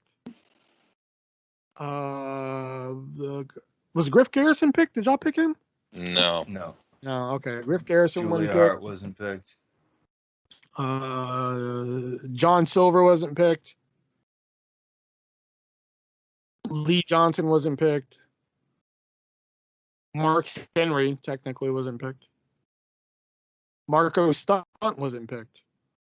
Matt Sydal wasn't picked. Wait a minute, I thought I had Matt Sydal. I don't know, because I didn't want him botching up his fucking Shooting Star Press every week. That's why I didn't pick him. I mean, you could just tell him not to use the move. Yeah. Michael Nakazawa wasn't picked. Knock it the fuck off. I love that. Nakazawa. I love that shit. Paul White wasn't picked. Preston Vance wasn't picked. Yeah, Captain Insano. I thought about that too. I was like, I think they're gonna give me shit if I draft Captain Insano. So. Probably. I wanted to do it. I wanted to draft Captain Insano and make Best Wishes Tully Blanchard as his manager. Oh my god. Oh my god. Preston Vance wasn't picked. Sean Dean wasn't picked. Peter Avalon was picked. Oh yeah, one of the biggest names on this roster was not picked, and that's Sting. Yeah, fuck Sting. Yeah. It's really sad that he is one of the biggest names on the AEW roster. And for females, not a lot were picked because there was only like 21, but Abaddon didn't get picked. Big Swole wasn't picked. Emi Sakura wasn't picked. Layla Hirsch wasn't picked. And that would have been next. Serena Deeb. I almost went with Serena Deeb. Oh shit. Was not picked. And Yuki Sakazaka was not picked. Yuki Sakazaka is actually all right. I was kind of impressed with her the last time I saw her stuff. Yeah, I mean, I was gonna base my whole division on Statlander, Baker, Sheeta, and Rose. Those were gonna be like my centerpieces, and then everybody else would kind of like be like side dishes, you know. But y'all kind of fucked that up right off the bat. I thought y'all were going to take Baker first. That's why I wrote her second on mine. I was like, we're going to take Baker first. So just write her second just in case. And I was like, I'll take Statlander first because I like Statlander better. Nope. See, and I thought my thinking was he's definitely going to take Statlander first because he likes Statlander better. So I'm putting Statlander ahead of Britt Baker. Honestly, to be honest with you, Nick made most of this list because I did not know their roster well enough to like put too much thought into this stuff. He knew a lot more about them. I did put Nick Jackson on though, and I was very adamant that he was number one. The only ones I really felt like screwed on, I felt screwed with Trent, the Bucks, Pac. I had him as 27, so it wasn't like god damn it. Ray Phoenix a little bit because I had him at 14. And I think that's it. Everybody else, like FTR, I was just like, I kind of want him, but like if I lose him, I'm not too upset. But everybody else, you know, I was like, all right. Like I'm surprised MJF didn't go in the top 10. Yeah. Same with Darby. You know, when it comes to MJF, I'm not that big on him. I wrote down, like, to the side, these were people who weren't numbered or anything. I wrote down Darby Allin, MJF, Adam Page, Andrade, and Cody, thinking those guys are going to go quick, but I'll write them down just in case. But I got 3 of the 5 that I wrote down. Y'all took Adam Page and Cody. And I got all the women I wanted except for Baker and Statlander. Everybody else I wrote down I got. I didn't think I'd get Rio. Or Ty Conti. I figured Ty Conti was on your radar, too. That's why I went ahead and took Sheeta first, because I was like, I'm pretty sure they're going to take Sheeta next if I don't say anything. Because I thought Sheeta would have been next. I thought we were doing the 30 men first, then the 8 women, but Nick was just like, number 3 is Britt Baker, or Statlander. I was like, oh, okay, we're not doing that? Okay, all right, well. Yeah, no, our list was just made straight. We should have probably did that. Didn't even think of that. You know? So, all right. Well, that was our AEW draft, guys. Hopefully you guys enjoyed that. That would be what our AEW shows would look like in a fantasy world where they would have separate rosters for their show, kind of like Raw and SmackDown and I guess NXT. So join us next week where we draft AEW Dark and Dark Elevation. Yeah. Because you're going to hear a bunch of names that you don't know. Not really. We're going to have to review SummerSlam and TakeOver. The last possibly good TakeOver we'll ever see. Wait, hold on. Are we doing SummerSlam and TakeOver? Yeah. Oh. That added a lot more wrestling. Yeah, that is so much. Fuck. That is so much. Why are you going to deprive our listeners of our thoughts and views on these 2 amazing shows that we're going to have to sit through? Because they're going to be the most fucking wrestling. These shows are going to be predictable as all hell. Not that I don't want to watch NXT TakeOver, but I don't want to have like just watch SummerSlam and been like, oh. I might save SummerSlam for Monday and watch SummerSlam after TakeOver, just so I'm not disappointed heading into TakeOver. Yeah. Yeah, it's true. I don't know. I'll figure that out later. Yeah. Yeah, we'll figure it out later. That's a fact. Speaking of fact, Nick has our wrestling fact of the week, which we usually go into it blind. So, Nick, what's the fact of the week?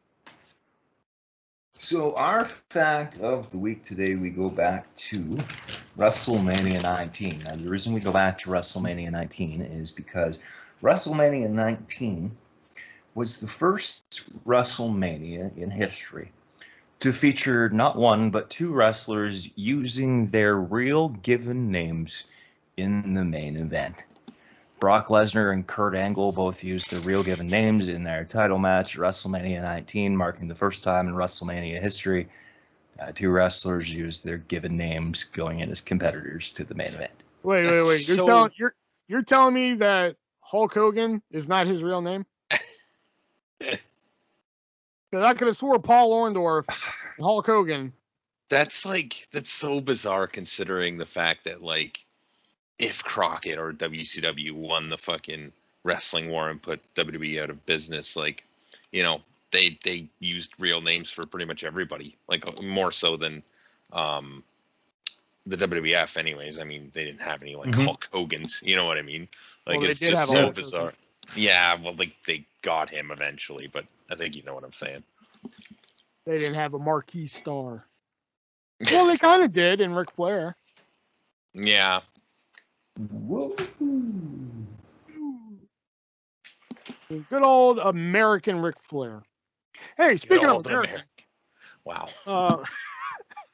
Speaking of American, we got to talk about one of our sponsors here, and that is moviesrusa.net. That is the letter R right there, right smack dab in the middle. moviesrusa.net. And much like hardtofindtv.com and their sister site fanmadedvd.com, moviesrusa.net is a website where you can go over and find some hard to find films, or hard to find, or not even hard to find. It's stuff that is readily available in digital media, but if you just want some physical media, because you know, physical media is dying. Think about the last time you went and saw that sad, pathetic DVD section at your local Walmart and how boastful it used to be and everything. Well, moviesrusa.net is keeping that dream alive, where you can have a physical copy of some of your favorite Netflix films, Netflix series, Amazon Prime series, so forth.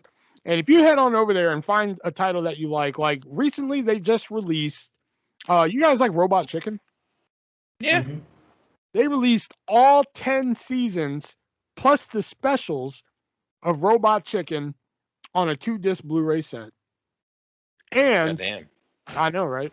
And if you go over there and use the podcast checkout code 3-way, that's the word 3, not the number. If you use the checkout code 3-way, you'll get that whole set, 10 seasons of Robot Chicken, plus the specials that they've done for only $20. Wow. Usually $40, but with our checkout code, you're going to save 50%. That's more than our other two sponsors combined. Not that we don't love our other two sponsors, but that's more than our other two sponsors combined. You'll save 50%, 50. You find another podcast out there who's going to give you a deal like that. Okay? Hey, you're not going to be able to go to Walmart and say 3-way dance to the cashier and get a discount, right? Exactly. Yeah. You know, you might get a restraining order, but you won't get a discount. You know? So head on over to moviesrusa.net. Their link is in the description of this podcast. Find something that you want to watch tonight and use our checkout code and save 50% on it. So let's head into our Sportster list of the week that, again, I'm not prepared for. I got to pull that up here, but let me see here. There we go. That is the wrong one. There it is. All right. So the sports that listed a week this week is 10 superstars not taken seriously because of their gimmick. Okay. All right. Okay. Coming in at number 10 is everybody's favorite, the Disco Inferno. Gee, I wonder why. I mean, yeah. Disco Inferno was awesome though, man. 20 years after disco had faded out, and they expect Glenn Gilbride to go out and disco dance when it was not relevant by any means. But it Hell, worked. Studio 50. He got good Studio heels. 54 almost was almost closed by that point. He might have got good heel heat, but was it more go away heat? Hey, heat's heat. You know, Disco Inferno is fucking the dopest shit here, man. I mean, I don't think Disco Inferno can do any wrong. But he also has a mind for the business and has trained several of today's current crop, including Karrion Kross. Strike that. He can do some wrong. He trained Karrion Kross? That's what it says here. Oh, dear. What? So I take that back. Oh, dear. He can do some wrong. He gave us fucking Karrion Kross. Coming in at number 9, Santino Marella. Oh, God. I love Santino. I wish fucking Jim Cornette would have slapped him into the next fucking lifetime, though. What a joke that guy became. Like, what a fucking dummy. I'm going to go into the Women's Royal Rumble or Battle Royal at WrestleMania and fucking win it. What a stupid. He didn't win it. His sister did. All right. His sister Santina did. Yeah. What's your problem with Santina? Nothing. Just your Shelby's just like I'm not doing this. I'm not doing this. Table flips. Skype disconnects. But you have to admit, but again, I mean, this is another one you can't say was taken seriously because at one moment he was over, man. Like he was in world title matches. I'm sorry. Yeah, he was in world title match. He only had one. Yeah.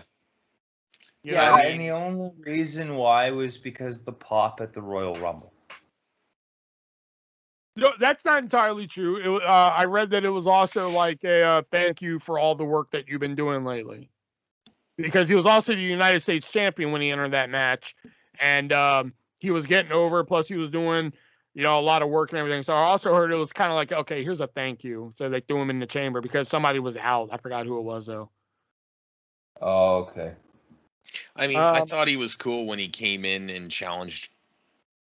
It was Umaga, right? Yeah, he beat Umaga for the Intercontinental. Umanga. I thought that was cool, but like, I don't know. They just turned him into a joke, and then a bigger joke, and then a bigger joke, and then all he was. And then he was having tea parties with Vladimir Kozlov. Him doing the honky tonk man Intercontinental title thing could have been fucking great too. It could have been better than it was.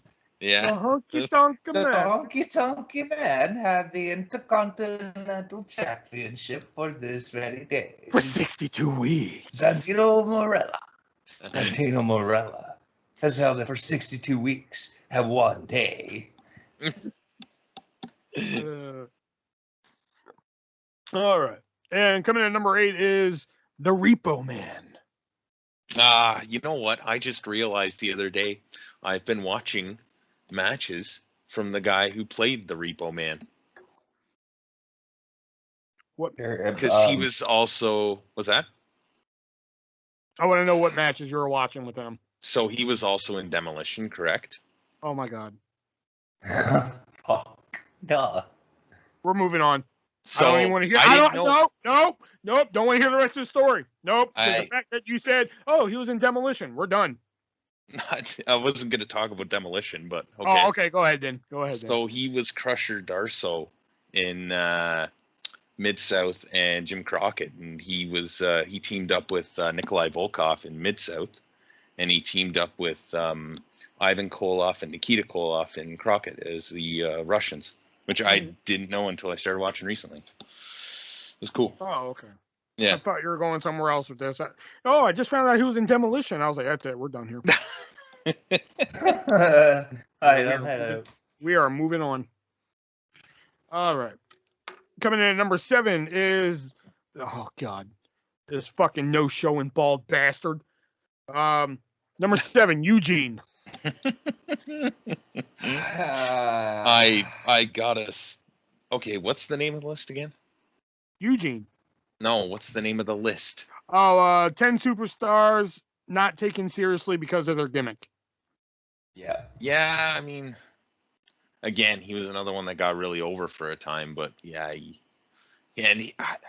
I think he was better in ring than Santino was personally. Well, like I always heard the legend of Nick Dinsmore. This is like when I first got the internet and shit like that, like before he debuted, a couple of years before he debuted. I always heard the legend of Nick Dinsmore and how great he was and everything like that. And then he debuted as Eugene. I'm like, all right, well, this is different. Yeah. And before he was a fucking no-showing bald bastard, I was a Eugene fan. Yeah. Yeah. But I mean, I thought he was a talented wrestler. I think the gimmick could have used some work, but yeah, 100%. Like maybe Eugene is given some like alcohol by Uncle Eric, and then all of a sudden he's not retarded anymore. Hey kids, drink up. Fastest. I would have made it. I don't know. You need something to explain it. Oh, he gets kicked in the head by a mule. I don't know, something. Or he's always drunk. That's it. And he just gets sober, kind of like Yeah. Yeah. Festus was always on drugs, and CM Punk cured him, and now he's like, oh shit, I'm Doc Gallows now. Okay. Yeah. Now he's Yeah. Your family's been keeping you soul off for years. That's why you act like this. This one I 1000% disagree with. Number 6, that 70s guy, Mike Awesome. This list can go to hell. I don't know much about Mike Awesome in this era. Do what? I don't know much about Mike Awesome during that 70s guy era. It was a well-placed gimmick for somebody that was way too talented to have it. I know, but it was so good too. And then he had Crowbar as that 70s guy, Crowbar as his partner. That was awesome. Oh, fuck, I loved it. Loved every second of it. Coming in at number 5. Oh, I want to hear Shelby's reaction to this one. R-Truth. Yeah, I mean, R-Truth, WWE Ron Killings fucking sucks. But, like, except for, I mean, when he did the little Jimmy stuff, if he could have made it not hokey, that would have got over really well, I think. But, I mean, Ron the Truth Killings, it's a totally different person, in my opinion. Truth could be his royal... Oh, wait a minute. If Vince McMahon was a medieval king, Truth could be his royal jester. Is what it says here. Mm-hmm. Like at this point, poor Truth will get the legacy wing of the Hall of Fame just to keep in par with everything else.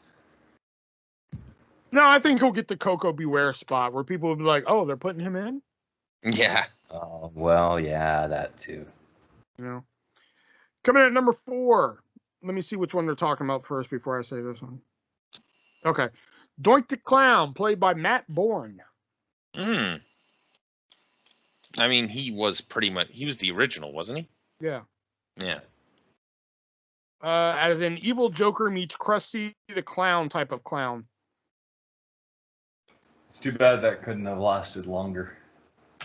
I heard he was a tough son of a bitch, too.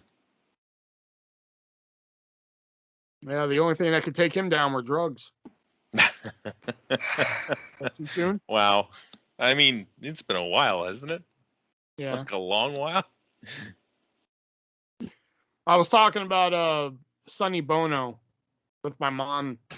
And I told her, I was like, I read an interview about Sonny Bono. He said he only said one thing in his life that he regretted. You know what it was? And she was like, what? I was like, hey, let's go skiing.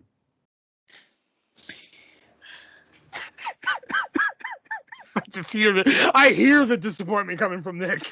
Yeah, pretty much, eh? All right. Coming in at number 10.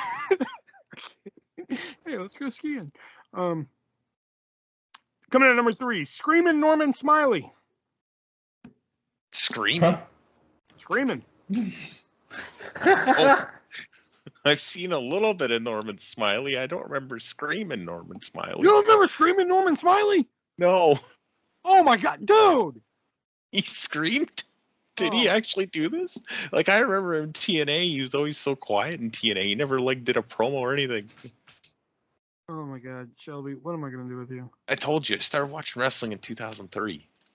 And I haven't made it to WCW in the late 90s yet. Oh my god. Who said anything about WCW in the late 90s? I was just guessing. But you're right, it's WCW in the late 90s. Okay. It sounds like a very WCW in the late 90s thing. Oh, the Screaming Norman was fucking fantastic. Did he actually scream his promos?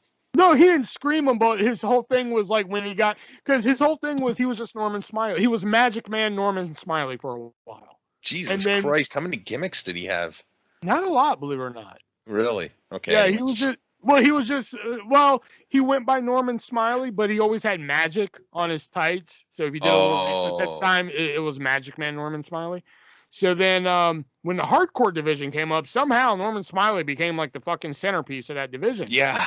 So his thing was like when he got like hit with like a chair or a trash can or something like that, he would do this loud pitch scream. Oh, okay. So that's how he became Screaming Norman and shit like that. Yeah. That's amazing. I do want to check out some of the WCW hardcore title matches. I love the WCW I hardcore saw one with Norman Smiley defending against somebody, and it was like, what the fuck? Yeah, all those matches are what the fuck, but they're a lot of fun. Yeah.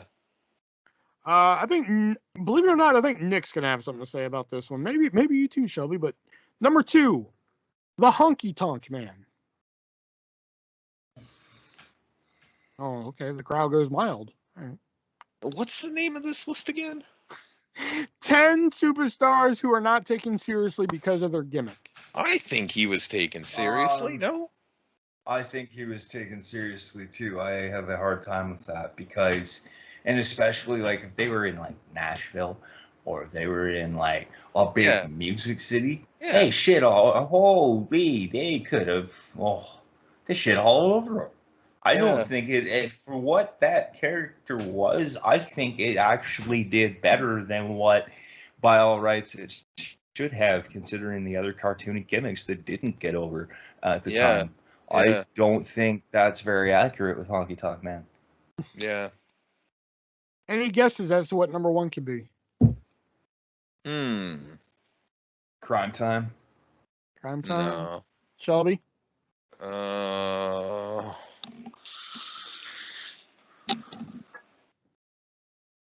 Come They haven't gone for like, they haven't done like the Taskmaster or like, you know what? I'm gonna say the Taskmaster.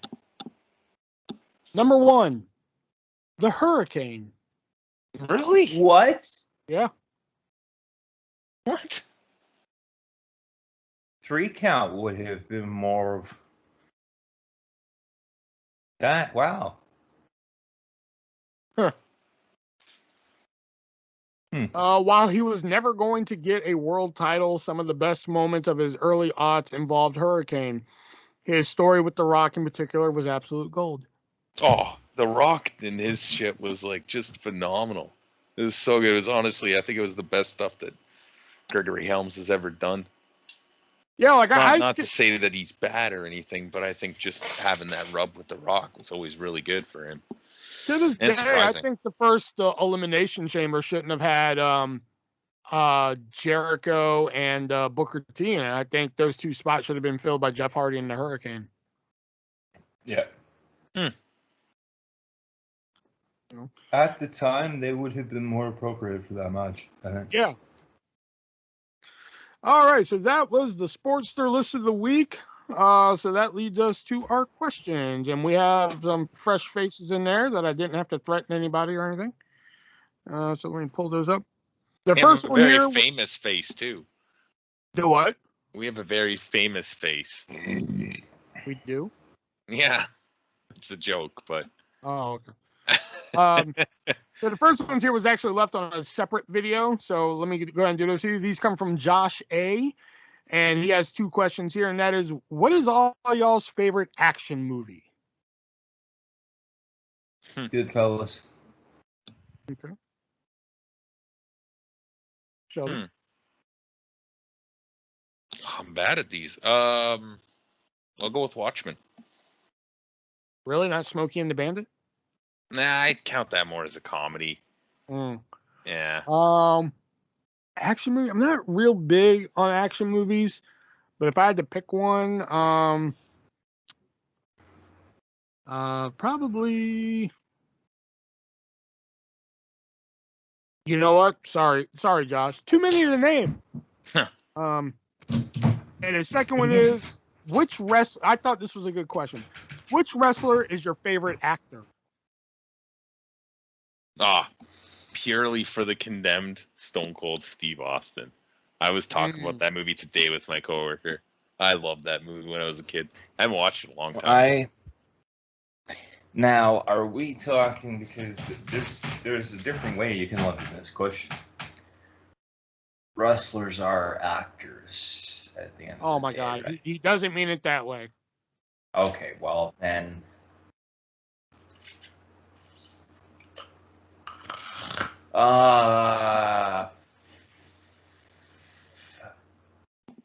Batista. Really? Yeah. Didn't see that one coming. I do like Steve Austin in The Condemned. Mm-hmm. That's a fucking badass movie, even without Steve Austin. Yeah, I think it is. If you would have made the same movie without Steve Austin in the lead, that still would have been a fucking badass movie. It's basically a more brutal Hunger Games, really. Well, which I think the Hunger Games is a great concept, but I'm afraid to ask this, but have you ever seen the Japanese movie Battle Royal? Yes, I have. That movie is phenomenal. I forgot about that one though. All right, just want to make sure. Yeah. The favorite I grew up in the time of Hulk Hogan, so I guess I'd have to say Hogan because come on, Suburban Commando, Mr. Nanny, No Holds Barred. Three Ninjas High Noon at Mega Mountain. What is your obsession with this fucking movie? I don't get it. I knew that Mega Mountain was the shit. Man, I only picked the good Hulk Hogan movies. There weren't any good Hulk Hogan movies except for No Holds Barred, Mr. Nanny, Thunder Lips. Oh my god, we're not doing this. Muppets from Space. That's not really a Hulk Hogan movie, though. That's a movie with a Hulk Hogan cameo. That's like saying Gremlins 2 Hulk is a Hulk Hogan movie. He's in Gremlins 2? Yeah. Oh. Shit. All right. Well, next one here comes from Andrew, good old Andrew. And that is, if The Rock runs for president of the United States, do you think he has a chance of winning? Yes. Great question to ask two Canadians. Yes, I do. I don't know a whole lot about Canadian. I don't know a whole lot about Canadian politics either, to be honest with you. But I don't know a whole lot about American politics. But it's a popularity contest. Any vote like that is, and I mean, at this point in his life, who's more popular than The Rock right now that's actually going to run? With the right running mate and the right team behind him, I think he could be president. Do I think he would be successful in a run? No. Yeah, that's the real question there, right? I still think Jesse Ventura should be president. Oh God, no! Please, no! Fuck! You don't even fucking live here. I know, but I'm close enough that I'll have to deal with it. I'm close enough to where I have to deal with it. People yelling at you over the river. Hey! Hey! Just knowing would be enough for me to be like, oh my God, the world is ending. I mean, hey, if Trump can win it, then I guess The Rock can win it. But I don't know. I thought Kanye stood a chance when he said he was running. So, dear God, well, could you imagine? All right. Andrew asks, best souvenir you ever bought at a live event? My Matt Hardy version 1 necklace.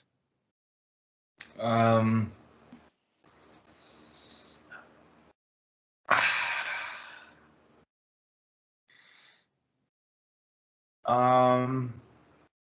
on, sound it out. N. Come on. Today, Junior. Probably my Ziggler It's Not Showing Off If You Back It Up shirt. Or else my ticket stub from the first Raw I went to. Shelby? I already said title belt. Oh, I didn't hear you say it. Yeah, I said it at the same time you were talking, so that's probably why. Well, and maybe you should shut the fuck up and let me talk. Rude. Speaking of rude, oh boy. Who has the most memorable music in the last 2 years? No Bobby Roode, no Nakamura. I think we all have the same answer on this. Roman Reigns? No. Really? Yeah, I was actually going to say Undisputed Era, and that might just be because I'm a huge Undisputed Era fan. But that's not in the last 2 years. Well, neither is Bobby Roode or Nakamura. Oh, I see why he put that. I thought he put... Okay. I guess Reigns. I guess. Who had the most memorable music in the last 2 years? No Bobby Roode or Nakamura. Okay, they're still playing fucking Undisputed Era's theme. Bobby Roode doesn't even get a theme anymore, and I'm pretty sure, Nakamura, I guess they changed recently back to it. That was what I was thinking. The question is, you fucking fuck. You know, I don't like your attitude. That's okay. Oh, and these next questions Shelby's gonna love because they all come from Stug138. Oh my God! Yeah, I saw what he did this week. He reverted back, so I'm not gonna make any mention of it again. 3 things you love about WWE right now. The only thing I love about WWE right now is heel Roman. There is nothing else I can actually say I love. Charlotte's right boob, Charlotte's left boob, Charlotte's ass.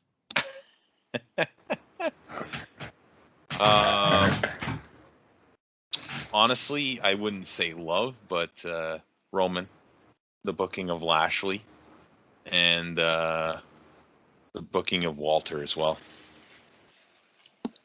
How can you love the booking of Walter when they... Never mind. I'm not even... All right. Stug ass, 3 things you hate about WWE right now. Oh, boy. Eva Marie. That's a good one. Lily. Okay. And Reggie. What? I'm starting to like Reggie. I am so sick fuck, of Reggie. fuck I'm Reggie. just sick of it. Fuck I like Reggie. the whole 24/7 thing he's doing where, like, he goes to a park. He's like, oh, I just like fresh air, and I'm always aware of my surroundings. And he just backflips out the way, and there's Akira and R-Truth there. Like, son of a bitch. You know, I like that. I just... No. Sorry. 3 things I hate about WWE right now. Oh, my God. There's a black champion. No, I'm kidding. And that was the end of the 3-Way Dance podcast. Forever. We lost all our sponsors. We're like, what? No. We're all inclusive here at the 3-Way Dance Wrestling Podcast. All inclusive and all included. Yep. But 3 things I hate. Charlotte not being naked every week. No Lacey Evans. No Velveteen Dream. Fair enough. Shelby? I'll go Karrion Kross's latest booking where he lost to Jeff Hardy. That was awesome. That's one thing I love about WWE. I'll take back Charlotte's right boob. No, I'll take back Charlotte's left boob and put in Karrion Kross. Alexa Bliss's fucking gimmick right now. Mm-hmm. And Which they're side talking note? Side note, wasn't the whole idea of Alexa Bliss's gimmick was because the Fiend is there? The Fiend's gone now. Can we just have the Goddess back now? Yeah, exactly. I agree. Right. They said anything in WWE, so I guess I'll put on some of the releases they've had this year. Yeah. Not all, but some. That kind of relates to mine. I said no Velveteen. I guess, yeah. Stug138 asks, top 3 WWF/WWE finishing moves of all time. Clothesline from Hell, the World's Strongest Slam, and Slam? Are you shit? You realize there's other finishing moves, right? Yeah. And the flying elbow. Mm. Ooh, yeah.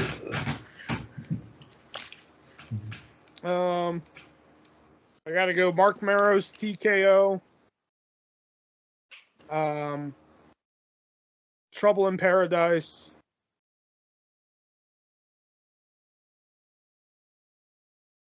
And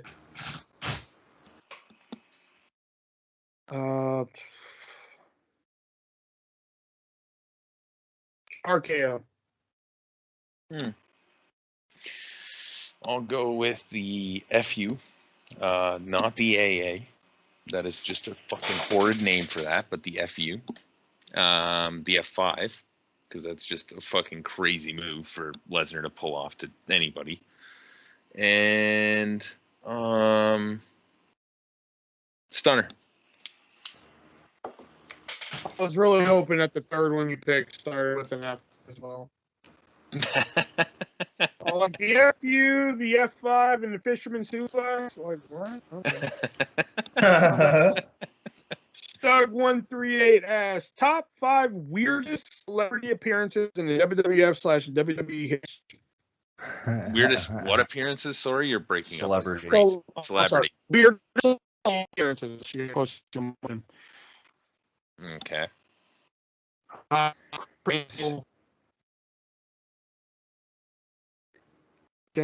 What?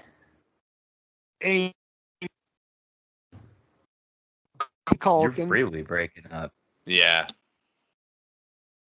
Hold on a second. There it is better. I thought it was me that was having problems. No, yeah. Crystal.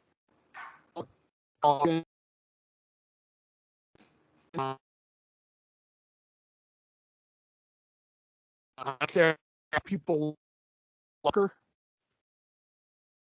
Domo arigato.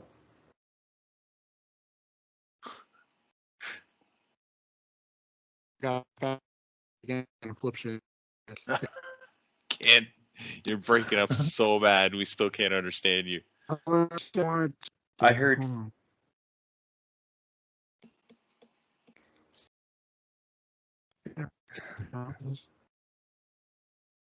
Oh, I think he said talk amongst yourselves at one point. So Nick. Oh well, so in terms of the top 5, my top 5 for the 5 weirdest celebrity appearances, I've got Buzz Aldrin, Reverend Al Sharpton, Jerry Springer, any of the times he was on, LeVar Ball, and Pete Rose in 2010. Oh God, was LeVar Ball the one where he started like saying "kick that N-word's ass" or whatever? Was that his son or was that was his son? Jesus Christ, that was insane. I can't believe that they This is actually so like weird. somewhat got away with that. Yeah. There's been like so many like weird, especially if you go back to like the guest host era. Yeah, the guest host era. Like there's so many like weird, like Jon Stewart getting involved in a match, like just fucking weird shit, right? Like, well, I don't know. Seth Green wrestling a match. Yeah. Oh, Seth Green was awesome. You like There Seth Green? Yes. My top 5. So my 5 weirdest celebrity appearances, just to bring you up to speed there, because I heard them. Oh, okay. Okay, Yeah. well, okay, since y'all are hearing me now, let me try again here. Yeah. I said Chris Angel, Pee Wee Herman, even though people love it, Bob Barker. I don't even remember who I said now. I know those 3 for sure. Pee Wee Herman, Bob Barker, Chris Angel. You know what? It was really weird, but Regis Philbin, I always thought was really weird at WrestleMania 7. Yeah. And I would say Ray Combs at WrestleMania 8, but I fucking love Ray Combs too much.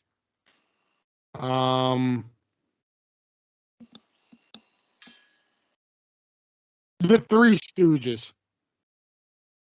I was gonna say that they were actually number 6 for me. Like if I hadn't have put any of the others, because that one was really fucking weird too. Because you would have thought that the Three Stooges would have fit in with what they were going for, but it just didn't work. No. No. Shelby? I don't know if I can come up with 5, but a lot of the ones you guys said for sure. Snooki as well. And I think didn't they have the other guys from what's the fucking show they were in? Jersey Shore or they whatever. had random people. No, TNA had everybody from fucking Jersey Shore except for Snooki. Oh, okay. Oh, Anyways. yeah, that's right. Yeah. I love the Muppets. Snooki went to WWE. Yes. Yeah. I know, and some of those guest spots you wouldn't think would work, and they did, like the Muppets. I was like, oh, God, this is going to be awful. But that actually ended up being pretty good. Well, see, I was going to go the opposite. I like the Muppets. I just don't like the idea of the Muppets being there, interacting with superstars and wrestlers I'm supposed to take seriously. So, unfortunately... Beaker is Sheamus's long-lost cousin. Me. Which is Me. great, though. Me. No, Yeah, sorry, yeah, fella, I yeah. can't make the family reunion this year. Me. Yes, give it whoever my love. Me.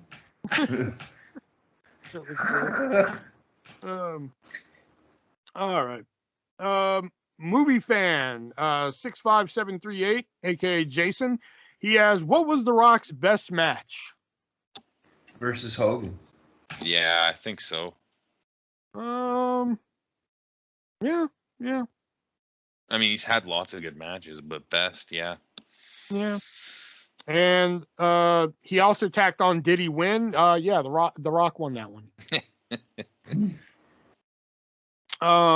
Andrew came back with another one here, and that was, how about that Christian win? You think he will eventually get the AEW strap and get the most diverse title resume of any single superstar ever?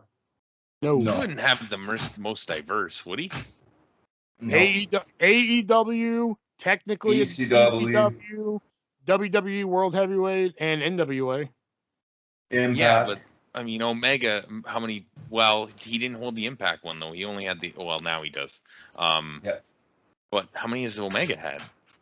Omega would have New Japan, AAA, AEW, Impact. Is that it? Yep. Oh, okay. Because I don't think he was ever. No, he was never Ring of Honor World Champ. No, it's true, I guess, eh?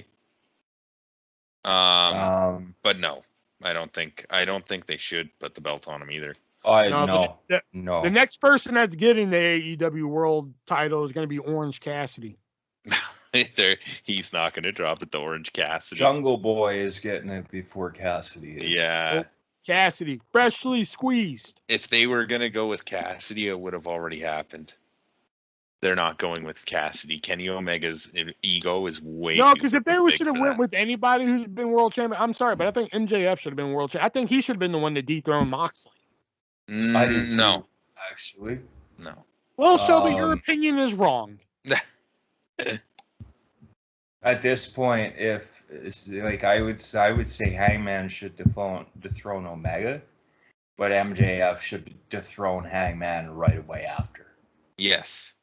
Yeah, don't give Hangman too long of a reign. Give who a long Hangman? Don't give Hangman a long run. Oh, okay. Not yet, at least. Have Hangman as a transition to MJF from Omega. Yeah. And then build Hangman back up is the way I would do it. Yeah. Okay. The next question comes from Diana here, and Diana asks, what are you guys' favorite WWE match of all time? So only WWE. Steamboat Savage, Mania 3. I think I'd have to. It's a tie between Taker and Michaels at WrestleMania 25 or Michaels and Hogan at SummerSlam 05. The greatest selling ever. I know. And when I say this next one, I don't want you to be like, oh, was that a this? Benoit versus Kurt Angle, WrestleMania 17. Okay. I thought you said the Royal Rumble one was like your favorite. I don't remember. I mean, to be honest, like when we did that list, like there's a lot of those matches that could slide in and out. Just depends on the day. I was even thinking the Michaels Benjamin match from Raw that one time with the super kick. Like I was thinking about saying that. Yeah, like it's such a hard thing to say. This is my favorite match of all time. Like it's just good question, but hard to answer. But the one at WrestleMania 17, wasn't that the match? You fucking son of a bitch. I was waiting for it. Wasn't that they had like a time limit and they had to do submissions and shit? Listen, this isn't a best wishes from Tully Blanchard type thing. Okay? I have my thing, okay? Ours is better though. No, it isn't. And the last question here actually comes from a guy named Dave Metzer.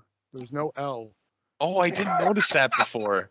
I just read it as Meltzer. What do you think? That Dave Meltzer listened to our fucking Well, I podcast? figured somebody made a Dave account that said Dave Meltzer on it. Maybe Dave Meltzer is moonlighting as Dave Metzer, and he doesn't want us to know. He just goes on and listens Meltzer to, like... has some dark shit going on because... Yeah, he's got some real dark his shit. question is, which serial killer / mass murderer would you like to meet and why? I assume that them murdering us is off the table. Let's say that we're gonna meet them like in jail as like a visitor of theirs, because I mean, I'm not going to meet him if I'm gonna die. That is a hard question though, because when I saw this earlier, I kind of was like, the United States fuck? of America. No, I'm kidding. But like after reading it, there are I got that. But I got it. There are a lot of serial killers that would be really interesting to talk to, because a lot of them are like really intelligent, and I mean, if you wanted to learn, that's where to go, I guess. But just like learning their mind and stuff too. I always thought that like those kind of shows were interesting, where they talk to serial killers and guys on death row. Fuck, I mean, you could say a lot of different names. Yeah, he'd be an interesting one to talk to for sure. Jim Jones. Jim Jones actually would probably be another one. Who was the first one you said, Nick? Manson. But is number one, Jim Jones is dead. But number two, would he be counted as a serial killer / mass murderer? Because I mean, they all followed him. Technically, yeah. I guess. I mean, they count Manson as a mass murderer. He didn't really murder anybody.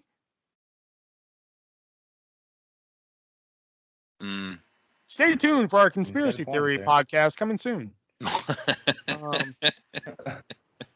But yeah, I mean, if we're broadening the serial killer mass murderer spectrum or whatever you want to call it, I would say Jim Jones for sure. Yeah, because I mean, the way that he got those people to believe him is just so incredible. Have you ever heard the final audio from that day? I did, but isn't it on the doc?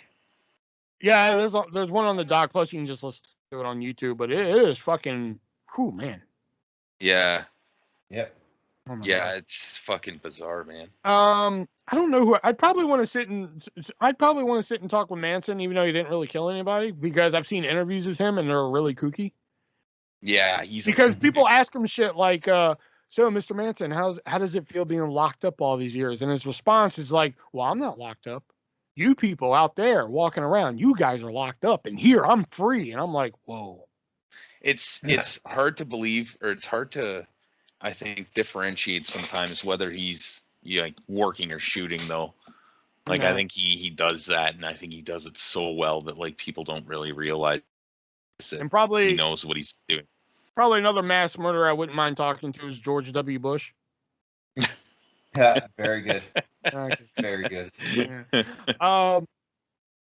But no, I think Dahmer would have been really cool to sit and talk to.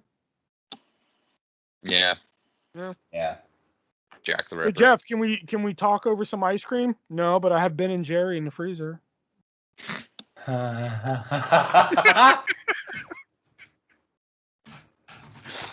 Okay. Oh, that was good.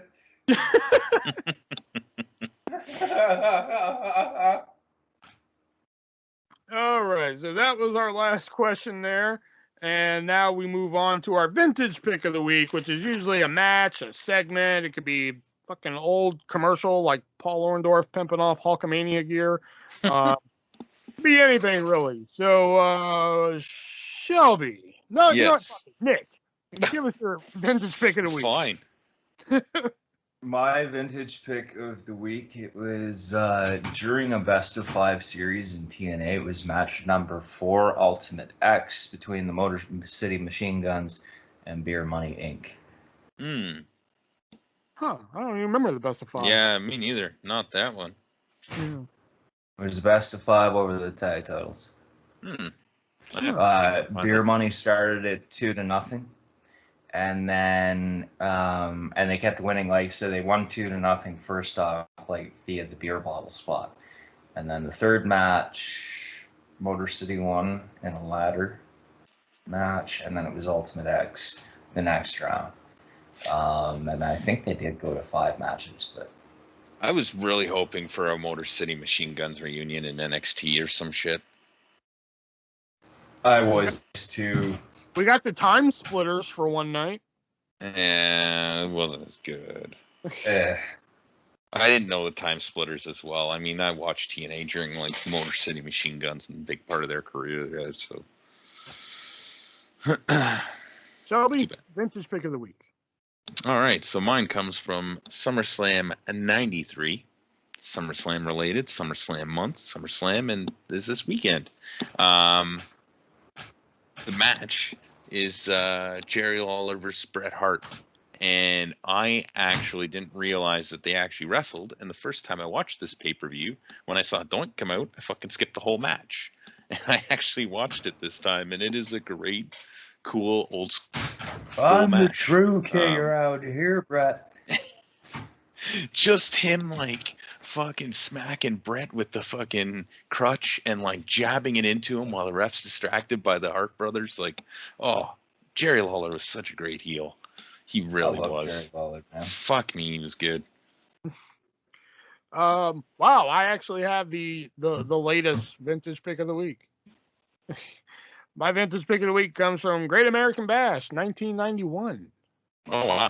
Yeah, and that is Sting versus Nikita Koloff in a chain match. Ooh.